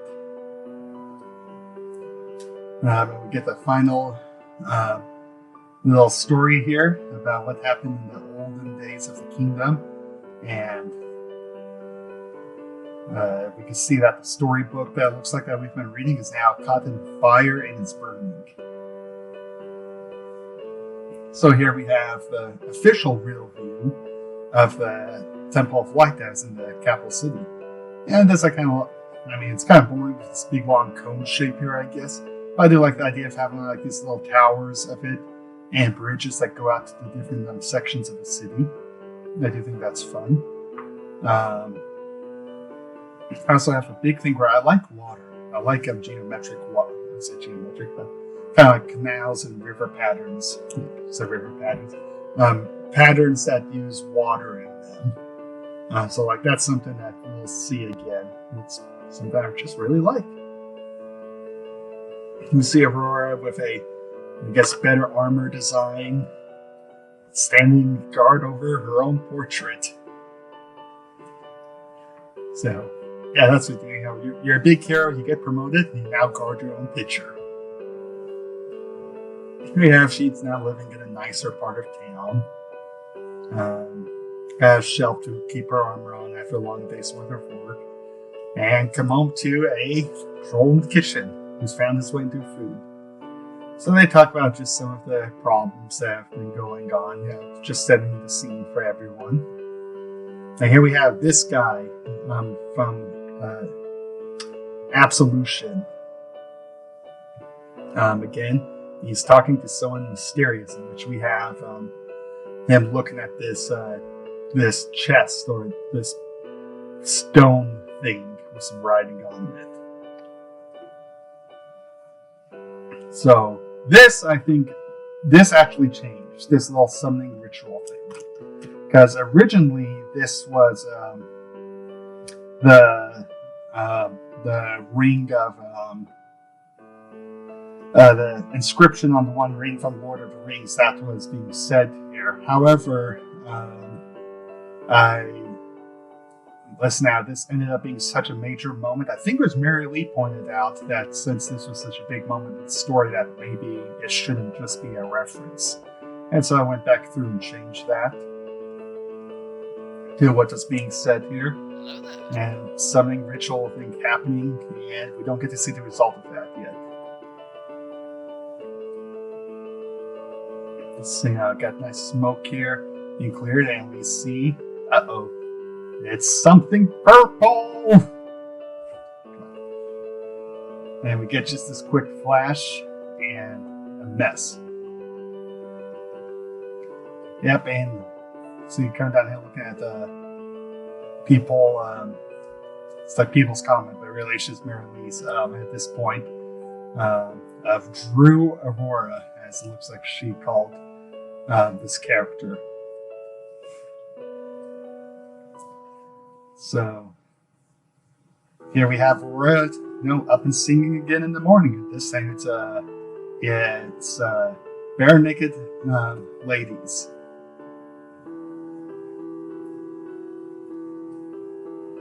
So we have Cer'veja going about town, listening to people's problems, trying to get just the general vibe of stuff. Him go and talk with brewers, how brewers doing.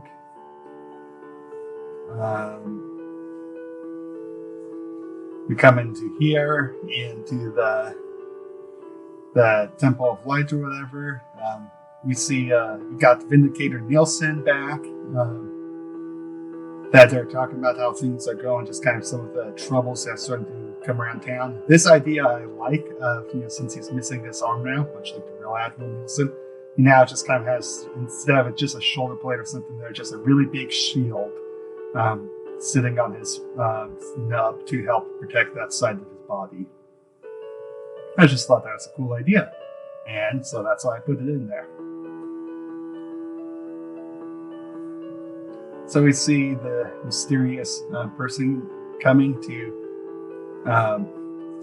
find out what happened here, and he doesn't look too displeased at the results. And we get this Shadow Aurora now facing him down. She's decided to dress herself with a torn cloak. They kind of talk things out, and the name of Exura is given. Thus we have Exura, which would probably be Marilee's favorite character, or will become eventually her favorite, one of her favorite characters. Marilee, a longtime reader, and it's actually, the reason I bring this up, highly influential with Exura.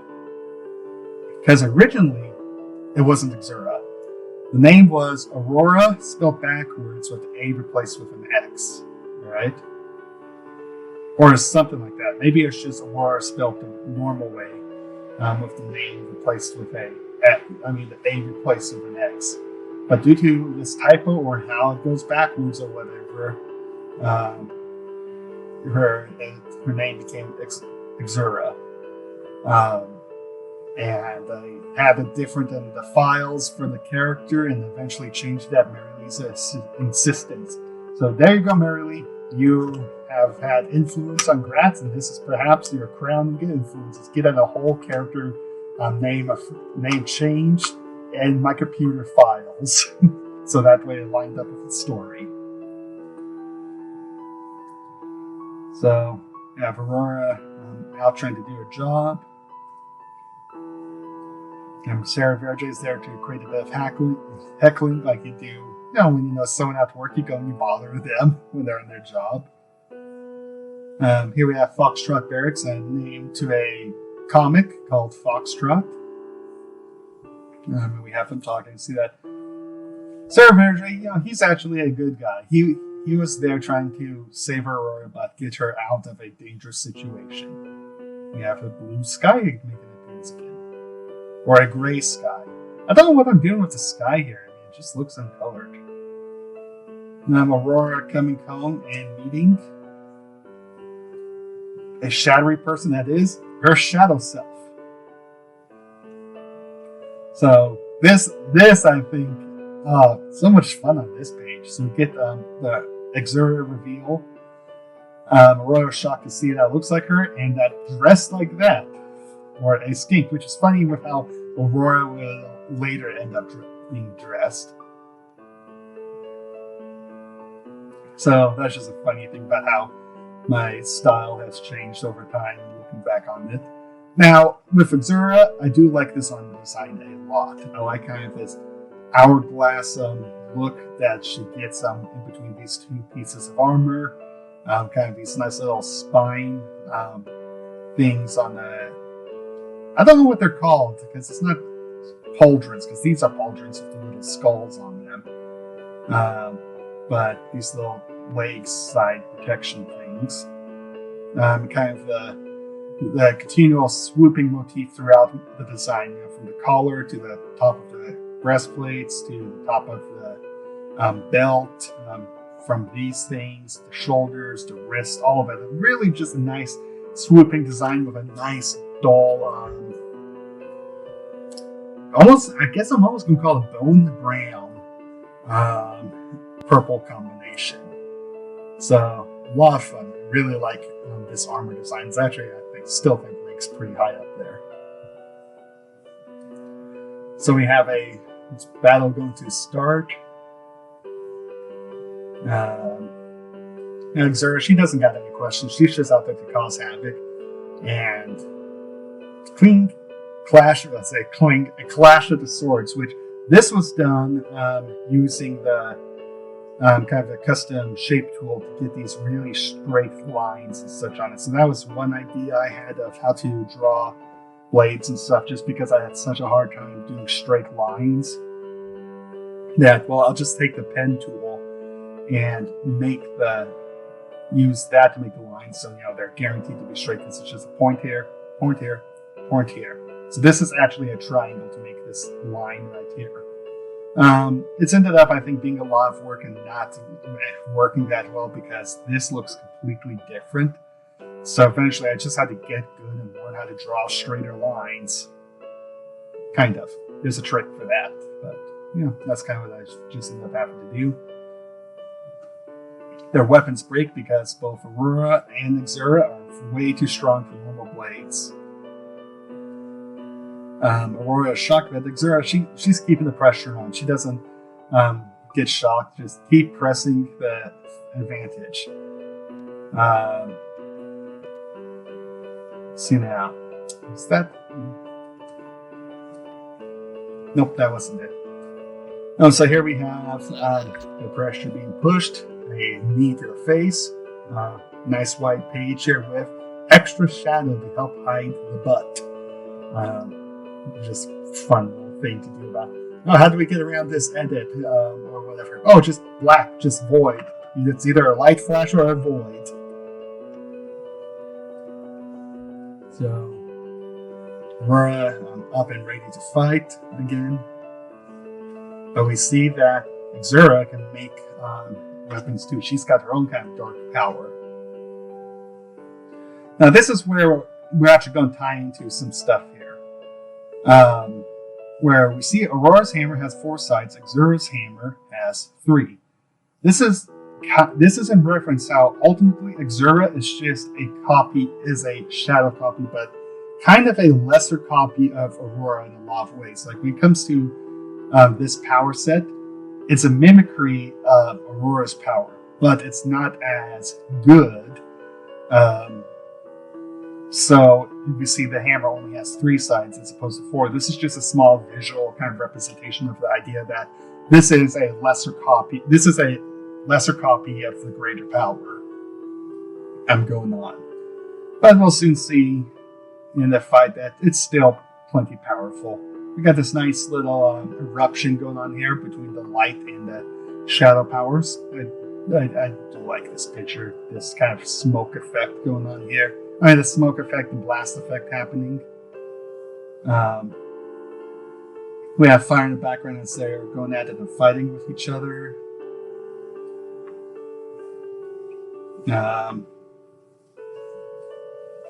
So now Cer'veja gets one up on Arura, as Arura looks like she's met her match and may have been put down. Now this title, Held to the Queen, is a reference to Avenged Servants Fold, Held to the King. So that's just a fun little Easter egg there. Arura being found, vision's blurry and slowly coming back together. She wakes up. I'm not too happy with Cer'veja drinking in that Temple of Light, so guess she's feeling better.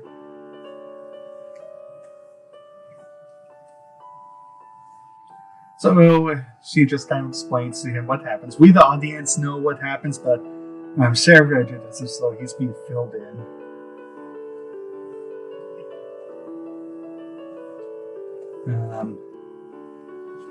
So we got this guy coming back, making problems for Arura, and everything's just kind of starting to slowly spiral out of control. And things. So she's gonna get up and try and set things right. Save it from all going kaput. Cer'veja, he's worried about her. He sees the writing on the wall that things are just going to get incredibly messy, and he's worried about her getting hurt. So, another great moment here. So back when Blizzard Watch, I noticed when this happened, would do the Sunday morning funny collection, they would pick one comic page every week that they would take a little steal from, still, but a little snippet from, to make us a header. And this panel got picked that week. And so that meant that for the header image, we had this bust in there. This bust is from the prophet Joseph Smith. And that was the only time that I got a comment of the meme of a guy, he's got like brown hair and a beard, and he slowly starts nodding as the camera pans into him. That was the only time I've been given a meme as a compliment. So that's just a fun story there.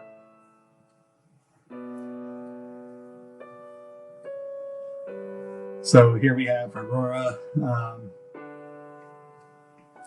Is now still trying to work when we meet whoever the strange individual is.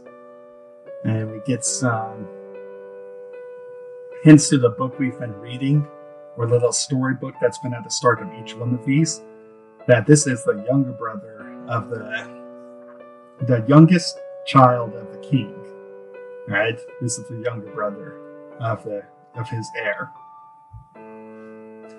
Now, originally he was kind of meant to be like Tarkin from Star Wars, but I made some changes that ended up modeling him more off of Dracula from Van Helsing, the one with Hugh Jackman. Kind of real, I guess you could say, sophisticated looking until something doesn't quite go his way, and then a sudden burst of anger. And we see here that the candle falls over in the fire, not behaving normally. And it hints that it was all a dream. Kind of. It was a dream, but was it? Or, I mean, obviously it was all a dream, but what does it mean? We hear this loud boom. And we see that things are going bad. And we have these big golden doors with, this is a poor translation, but it's really going to be it's supposed to be the 10 Commandments. I think written in Latin is what they were translated it into, with Google Translate. So however well that is. But as these big gold-plated doors get broken up, get pushed in as the people storm, and then boom, we get the boom of the door slamming open, kind of showing that this is the boom that Aurora heard. So Aurora, she's going to go down, figure out what's happening, but everything's already gone bad. It's too late. Cer'veja, out on his run, trying to get to the temple as fast as he can with the blood moon there, and the temple is on. Everything's gone bad. There's fire out there. There's a mob. He's too late. Aurora being chased. Can't save whoever this guy was. And so she has no choice but to try and escape. Here we have a nice little scatter brushing with the color jitter, making a crowd with the torches. This is a nice crowd. I like this image here. She escapes from the temple. We see kind of the finaling steps on her power growth as she makes herself a pair of wings and glides away. So we have her just in hiding. Everything's gone bad. She thought she was doing the right thing, and everything's wrong now. Cer'veja, drunk and angry that something bad happened to her. That happened to Aurora. That she was good, and this is what comes of it. This is what happens to good people.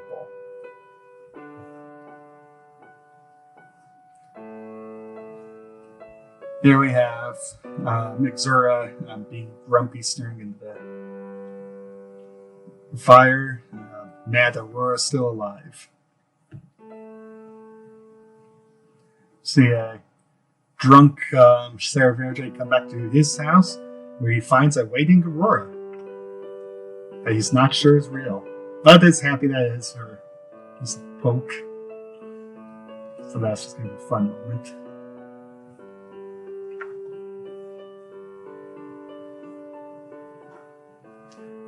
So drunk Cer'veja hassling Aurora about about her streaking habits. I mean, these are just some nice pages. I mean, there's not a whole lot to talk about because it's mostly just words here.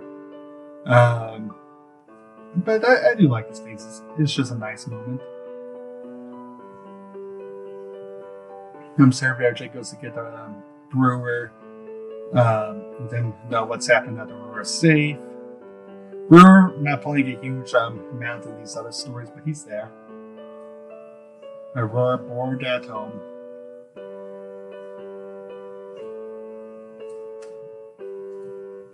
They're trying to figure out what to do when Aurora gets visited from Mr. Shady again. I don't know if I ever gave this guy a real name. Call him Mr. Shady. And here we see that, once again, something's not quite right with him as her attack just flies straight through him, ruining Cer'veja's wall. And he fades.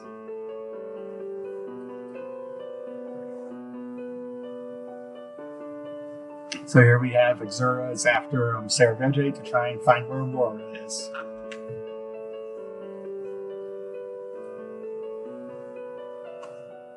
So Cer'veja, he's ready to. He knows enough. He's know that Exura is dangerous, so he immediately takes off, distracts her, and then runs for it. So he's moving along quickly. This is one of the few moments where we're really going to get as close as to Cer'veja versus Aurora-like moment, as she chases after him.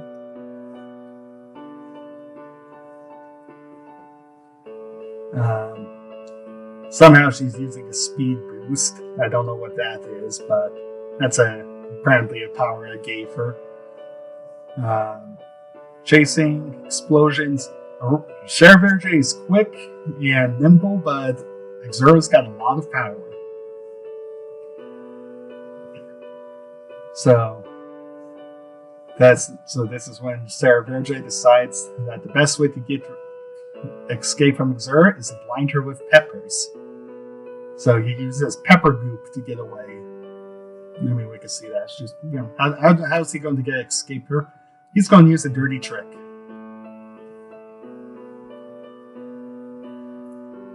And he's not too happy about his wall.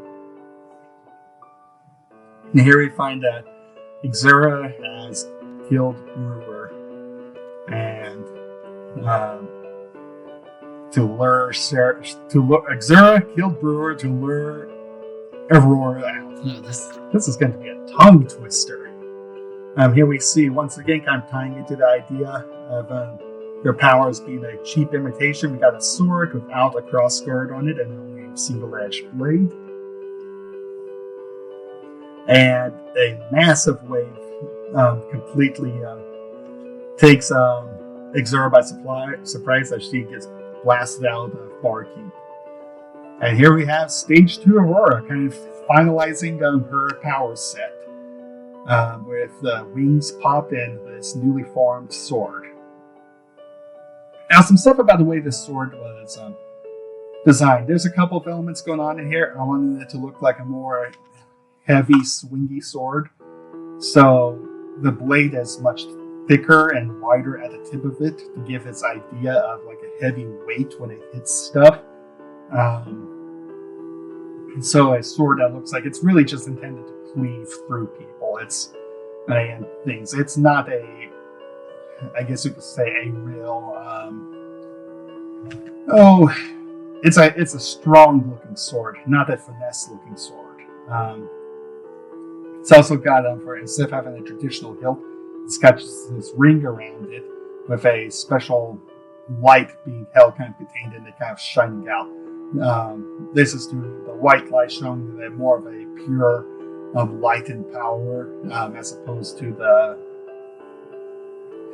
I'm going to use the term lesser, but that's not the quite way to put it. A step down in power. It's not quite as raw or as strong, but that forms up the blade here, which is actually inverted from her regular sword colors, which has the lighter stuff on the edge and the darker yellow making up the body of it. this is now inverted, so the body is of a lighter color, meaning that it's I guess you could say, closer to the white, so it's more pure and powerful light being shown there. Also, instead of having the smooth highlights, feathered brush around the sword, it's now kind of wavy and burning, like it's almost burning off, but on fire. So it's a more aggressive looking blade. So there's a lot of basically ideas that went into that drawing of her stage 2 sword that I think just kind of fun to share there. So we have Zura. She's ready to meet Aurora. She makes a second blade, can make 2 hammers. Hey, she can make 2 swords, right? But that's going to do absolutely no good as she immediately just gets launched by Aurora. Thus we see the full, she is just a cheap copy. Zura is just a cheap copy of the real deal. Trying to still fight out, and here we have Aurora's wings kind of bending, being used to make shields and stuff, something that we'll see again as the story goes on. A rough superhero landing, and then Aurora using the hammers now being replaced with these little light missile balls or something like that. I've kind of changed how these things work, look. It's more kind of like a scattered homing shot that she could throw out and hit multiple targets or one target multiple times. As they just kind of come flying at Zura, she's trying to get away. And then finally the Nuka Ring. Absolutely destroying stuff. I think Stryker called that the Nuka Ring. Yep, right there. Nuka Ring. That was Stryker. No, Stryker, I'm sorry, Stryker. But yep, so he coined the name the Nuka Ring. And we see that it's absolutely devastating, but puts a drain on Aurora. So it's not something that she can do forever. This is kind of one of those checks and balance systems that do sound a little bit video gamey, but it's to explain what's to stop the hero from just whipping out their biggest, strongest weapon right off the bat. It's like, well, there's drawbacks to it and limitations, so it's something that you don't always want to use. If you've played any of the Pokemon game, it's kind of like, why don't you just pull out your legendary and use Hyper Beam as soon as you get it? Not a whole lot of reason to, because they're too easily available. So this is to kind of try to address, like I said, that idea of how do you prevent someone from being overpowered? You make a drawback to using that power, so that way they won't use it on small stuff and only use it for what really needs to be used. So here we have just everything going to kaput in the towns as people just go absolutely crazy on each other. And Brewer being buried, and there's not a whole lot good going on. As Aurora feels down, things are bad, but Cer'veja still thinks that she can do something, that there's some good to be had. So she's thinking and trying to figure out what she does. Aurora does a lot of thinking, looks at the moon a lot. I don't know entirely why that is. I don't know, maybe because I like looking at the moon sometimes, or at night or something like that. She's thinking, receives an idea, and knows what to do. And she confronts Mr. Evil, Mr. Shadow Evil. That kind of, as has been hinted at, all he is a shadow, right? All he can do is talk. He really has no power. And so she casts him out, tells him to be gone, and he's forced to flee. And there goes for one last hurrah. Mr. Shadow's there to wake up Xura, who's realizing that just how much stronger Aurora is, and that Aurora's power is possibly the real deal, and that she is the knockoff.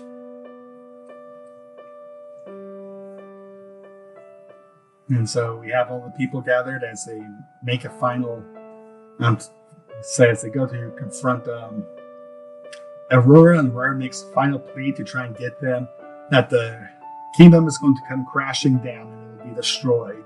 That anyone who wants to be safe, just come stand in the Temple of Light. That's all they have to do, and no one will listen to her. All you have to do is come and stand in this area. Nope, don't want to do it.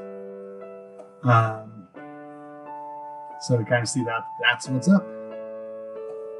And then she gets confronted by Exura, who asks about the real source of the power, and gets her answer and leaves, and goes to this chest here, which we see as a tomb. And this is where we get not so much a real reveal, because I don't think I drew it well, but the implication that Exura finds that this tomb is Mr. Evil's, and all he is dust. That he has no power and he is nothing but dust. And so we see sunset, and just as Aurora promised, the kingdom starts to fall. It comes crashing into the ground, and so Aurora, summons up all the power, does the light power thing, and big whoosh casting. I do kind of like this idea where she's completely glowing. And we get the only time the light speaks directly in all of the story, and actually in all of Gratz, where we see the kingdom that's been kept in this little circle. The islands have started to have fallen out of it, and as the last island leaves, the light gives Aurora her desire of what she wants. And Aurora kind of realizes that the reason all this happened was just to save Cer'veja. Of all the people on the island or in the kingdom that would survive not so much the collapse or the destruction of it, but the kind of big rebellion, the destroying of the Temple of Light and rejection of the light, that Cer'veja would actually be the only one to listen to it, or listen to Aurora. And so out of all the people there, he would survive I guess you could say kind of the collapse and then the eventual complete collapse of it. And so here we have Aurora waking up on something that's really new to them. All right, water or an ocean. They had lived so long in the sky that the land beneath them was nothing more than a myth. And it gets set they get set off for possibly a new adventure. So that really brings us to the end of the Solace Trilogy, a story which I didn't think I was going to get to tell.